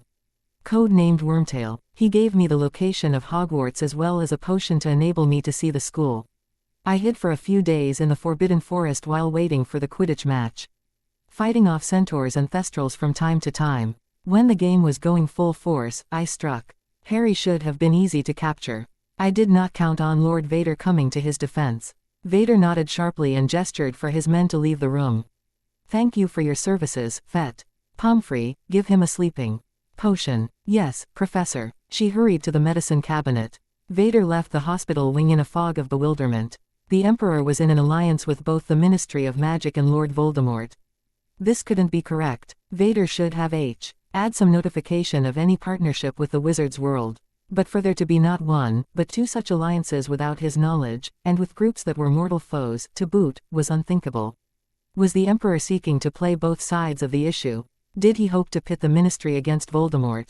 For what purpose? And why had he elected to leave his right-hand man completely in the dark? Was he not worthy of knowing? Or did he think that Vader's loyalty was being strained by his association with Dumbledore? Peeves hovered in front of his office door, busily loosening an iron candelabra. Ooh, it's Professor Vader, the animagus who can turn into a tortoise. He chortled. Go away, Peeves, he snapped, in no mood to deal with the poltergeist. He cackled madly and spun circles around the candelabra, loudly belting out the Imperial anthem and adding his own filthy lyrics. Vader drew the wand from his belt. He disliked using this tool, even if it did allow him to use the Force in unusual ways. But tonight, he felt a particular spell was just what Peeves needed. Scourgify. Peeves spluttered in mid-stanza, pink soap bubbles floating out of his mouth. Not fair. He burbled through a mouthful of suds. If you think it's unfair, you're welcome to leave, Vader ordered. Otherwise, there's more where that came from. He somersaulted away, muttering and leaving a trail of bubbles. Vader stormed into his office, jerked a parchment out of his desk, and began to write an angry letter to his master. There has been evidence that the Empire is preparing an alliance with the Ministry of Magic. Also, a source that shall remain anonymous has informed me that you have dealt business with Lord Voldemort, including the attempted capture of Harry Potter. I would like to know why I was never informed of either of these facts. Simply because I am on leave does not exempt me from the right to know what is going on in the Empire. Your servant, Lord Darth Vader.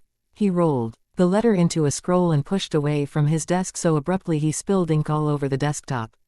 Not bothering to clean up the mess, he stalked out of his office, through the halls, and up into the castle's orrery. A tiny owl circled his head eagerly, screeching for attention. He irritably swatted the creature away and motioned for one of the school's barn owls. It landed on his arm and assumed a dignified pose. One leg extended. This goes to the Imperial outpost in Scotland, he informed the bird, tying the scroll to its leg. Make no stops and fly as fast as your wings permit. This is of utmost urgency. The owl hooted obediently and launched itself from his arm, soaring into the night. Albus Dumbledore knelt at the bounty hunter's bedside and quietly murmured the counter curse to the leg-binding curse. Are you quite sure of what you're doing? Asked Professor McGonagall from nearby. This is the best way, Minerva, he replied. I'd rather have this man as an ally than see him kissed by a Dementor, and lose yet another witness. He placed his wand to Fett's temple. Enervate. Fett's jet black eyes opened, blinking and squinting. Who's there? Relax, Mr. Fett. I am Albus Dumbledore, and I'm here to make a deal with you. Fett glowered at him. Why would you want to make a deal with a muggle? Because I am not one who is particularly fussy about bloodlines, Mr.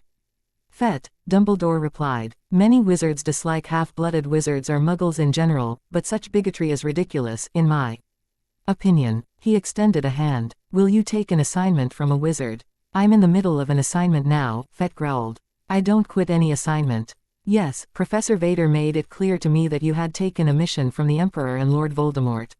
But are you aware that, in abetting the Emperor's cause, you could bring about the destruction of not only the wizarding world but the entire galaxy? Fett gave him a look that clearly said, I don't give a damn so long as I see cold hard cash for my work. I can see I can't appeal to your sense of honor, Dumbledore noted. But perhaps if I offered to top the Emperor's price, and paid a portion of it in advance, you would be willing to reconsider your allegiances. That caught the man's interest. How much? I can pay you 500,000 galleons, Dumbledore told him, holding up a heavy pouch. 100,000 in advance. I believe the advance alone is worth, I'd say 500,000 credits. Fett nodded. What's the job? Protect Harry Potter. Come to my office on CE a week for a booster dose of the Clarity Draft, so you don't lose the ability to watch over Hogwarts. Keep an eye on him while he's outside, during care of Magical Creatures class, on his way to Hogsmeade or the greenhouses. During Quidditch practice or games, whenever he's away from the castle. During the Christmas holiday you'll receive a second 100,000 galleons, and the remaining 300,000 will be given to you at the end of the school term. Deal, Fett replied, taking the headmaster's hand and shaking it firmly. Very good. Oh, and this is yours. With a wave his wand, a heavy trunk appeared and landed heavily next to the bed, its lid popping open to reveal Fett's armor and weaponry. Get dressed quickly. Fred and George Weasley stepped forward. Hello, Headmaster, Fred said brightly. Good evening, boys, Dumbledore greeted cheerfully. Ready to begin tonight's detention? Ready, Headmaster, George said with a wide grin. Very good. Now listen closely, both of you. Fett will need escorting out of the castle. No one can see him leave, so use caution. One of you will have to lead Fett out through the secret passageway, the one that goes through the old crone's hump and into Honeydew Caves will be the best, I believe, and the other will need to stage a diversion for Filch and the Stormtroopers. Oh, and if anyone spots you have my permis. Scion to stun them so long as you do no permanent damage. Yes sir, they said in unison, saluting. Fett slid his helmet on. Thank you, Headmaster Dumbledore. You're most welcome, Fett, and safe journey. I do hope you know what you're doing, Albus, McGonagall worried as the twins led Fett away. Legend of the Chosen One. Chapter 8 Legend of the Chosen One. The black-haired boy staggered back, the ruby-hilted sword clumsy in his hands. His vibrant green eyes reflected terror, not surprising considering the enormous snake that weaved drunkenly toward him, its eye sockets bleeding as if gouged out. At the bidding of a ghostly pale wraith of a boy that watched the action from the sidelines, the serpent lunged, and the first boy lifted his sword. Luke opened his eyes. Another of these visions, why did they never cease? Why couldn't he just be left in peace during his meditations? "Luke, you okay?" asked Wedge, looking up from an astromech he was reprogramming. "Probably another one of those magic dreams he's been having," joked a mechanic from nearby. "Shut up, Grad," Wedge snapped. "Don't worry, I'm used to it by now," Luke told Wedge. Of late he'd become a sort of running joke among the Alliance. For the past few months he'd been experiencing odd flashbacks of memory, but never his own memories. And the images he witnessed were always incredibly fantastic, and always of the same black-haired, green-eyed, scar-faced boy. Sometimes he was alone, sometimes he was with a bushy-haired girl or red-headed boy, and sometimes a snow-white bird or a silver-horned animal accompanied him. And always he seemed to be facing down some hideous beast or other danger, the aforementioned snake, a giant spider, a dragon, but most frequently that reptilian-visaged sorcerer with black robes and haunting red eyes. Unfortunately, he'd made the mistake of reporting these visions to High Command, and the Alliance had a field day with them. Luke sighed, then pulled out a datapad and started typing. Even if no one else thought the visions were of worth, at least he could keep a record of them. "Luke," he glanced up. "Hey, Leia, how's Han doing?" "Much better," she replied. If Chewie would stop smothering him, of course. Quote. He laughed. Just yesterday they had come back from Tatooine, having finally destroyed Jabba the Hutt and rescued Han from his clutches. Han had been taken Str. Ike to the med center for treatment of his hibernation sickness, but Luke was sure he'd make a full recovery. "Mothma wants a word with you," Leia told him. "Okay, be right there." He turned off the datapad. "Anything wrong?" "Not that I know of. When I left, High Command discussing the rumors that Boba Fett was working for the Emperor. That might explain why there wasn't any sign of him at Jabba's palace." "Possibly, but I doubt they want to discuss Boba Fett with you." He groaned. "Don't tell me Mothma thinks I've lost my mind." "I can't say, Luke." Mothma herself met them at her office door. "Come inside, Skywalker. Organa, you may go." Luke entered the sparse office and sat down. "Something wrong, ma'am." She sat down behind her desk, folding her hands before her.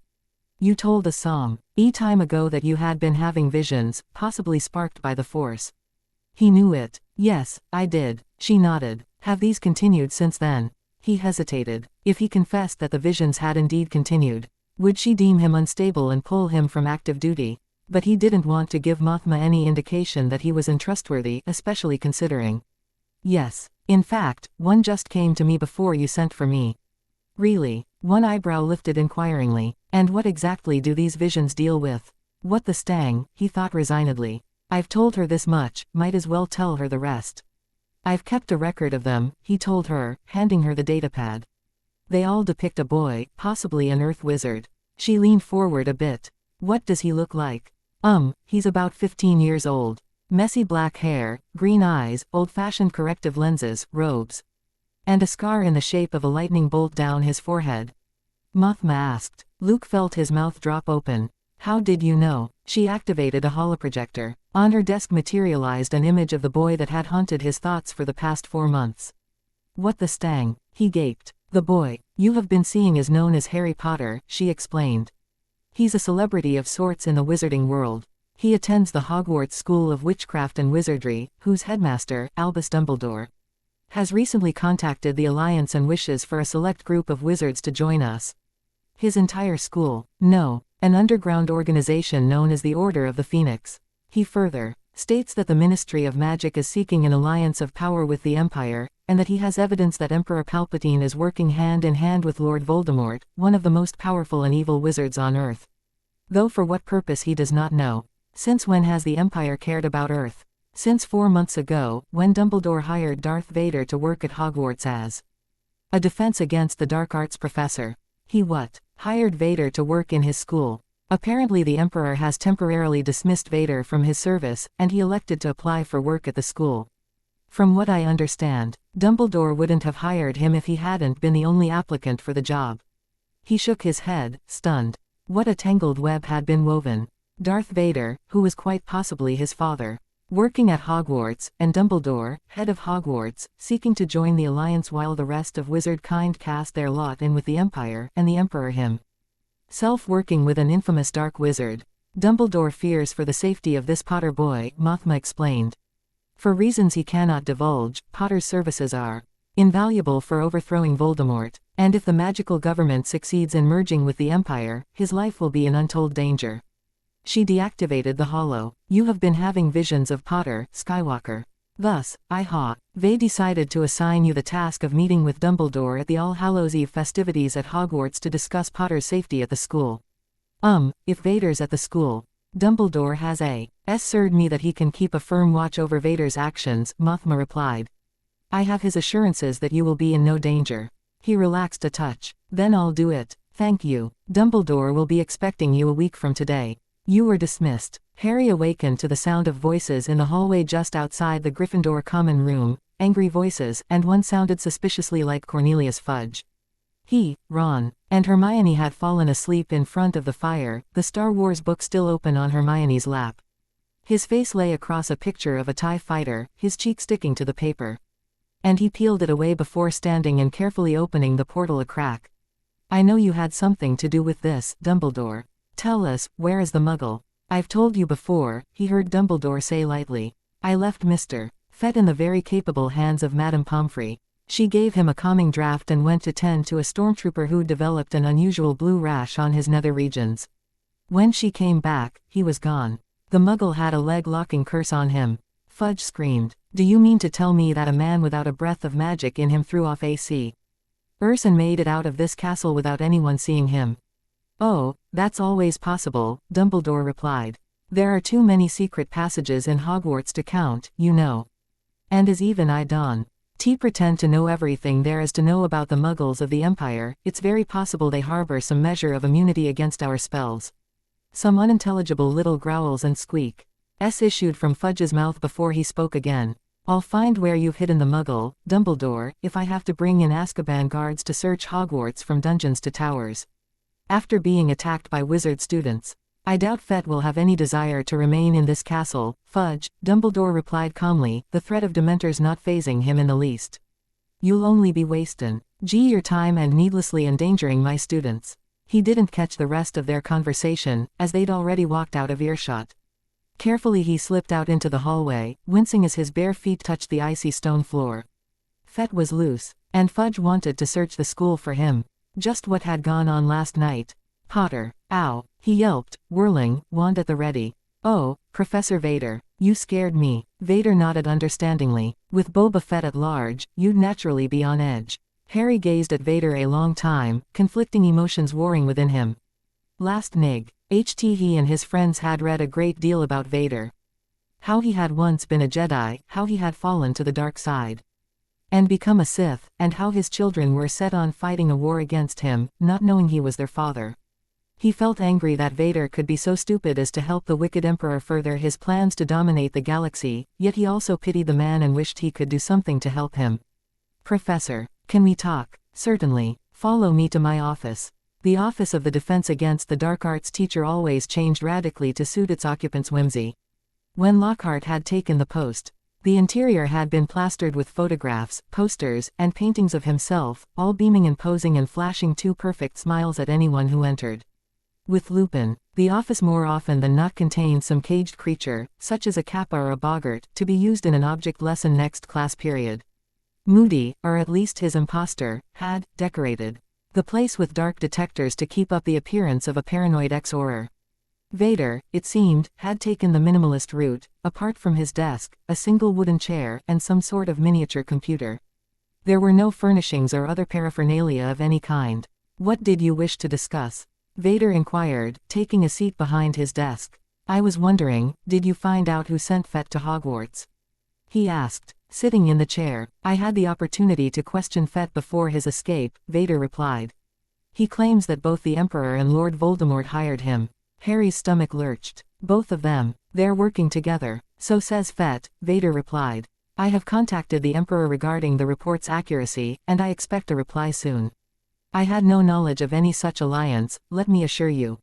Sure, like he'd really tell you if he was working with Voldemort, Harry thought. A soot-stained barn owl swooped down the chimney, scorching its tail feathers on the still glowing coals of the fire. It landed with an irritated screech on Vader's desk and dropped a slightly blackened letter on the desk. Is that from the Emperor? Asked Harry. From the Imperial base in Scotland, Vader replied, smoothing the singed parchment out. They have been handling my correspondences with the Emperor. Harry bent forward to read the letter. Vader made no move to stop him. Lord Vader, regarding your accusation that I have some sort of partnership with the self-styled Lord Voldemort, let me assure you that nothing of the sort is true. The only alliance being negotiated is that with the Ministry of Magic. Anything else is a baseless rumor concocted to undermine my credibility in the eyes of wizard kind. It would seem that you have been swayed by the delusions of Headmaster Albus Dumbledore. My understanding is that the man is unstable and will soon be removed from his post. Furthermore, his unbalanced state of mind could very well affect his ability to protect Hogwarts in the event of an attack by the rebellion. And once the negotiations between the Ministry and the Empire have been completed, Hogwarts will be a prime target for the rebellion. Consider your true allegiances, my apprentice, and decide for yourself who is telling the truth and who is simply seeking to delude you. Keep your eyes open and report anything suspicious to me.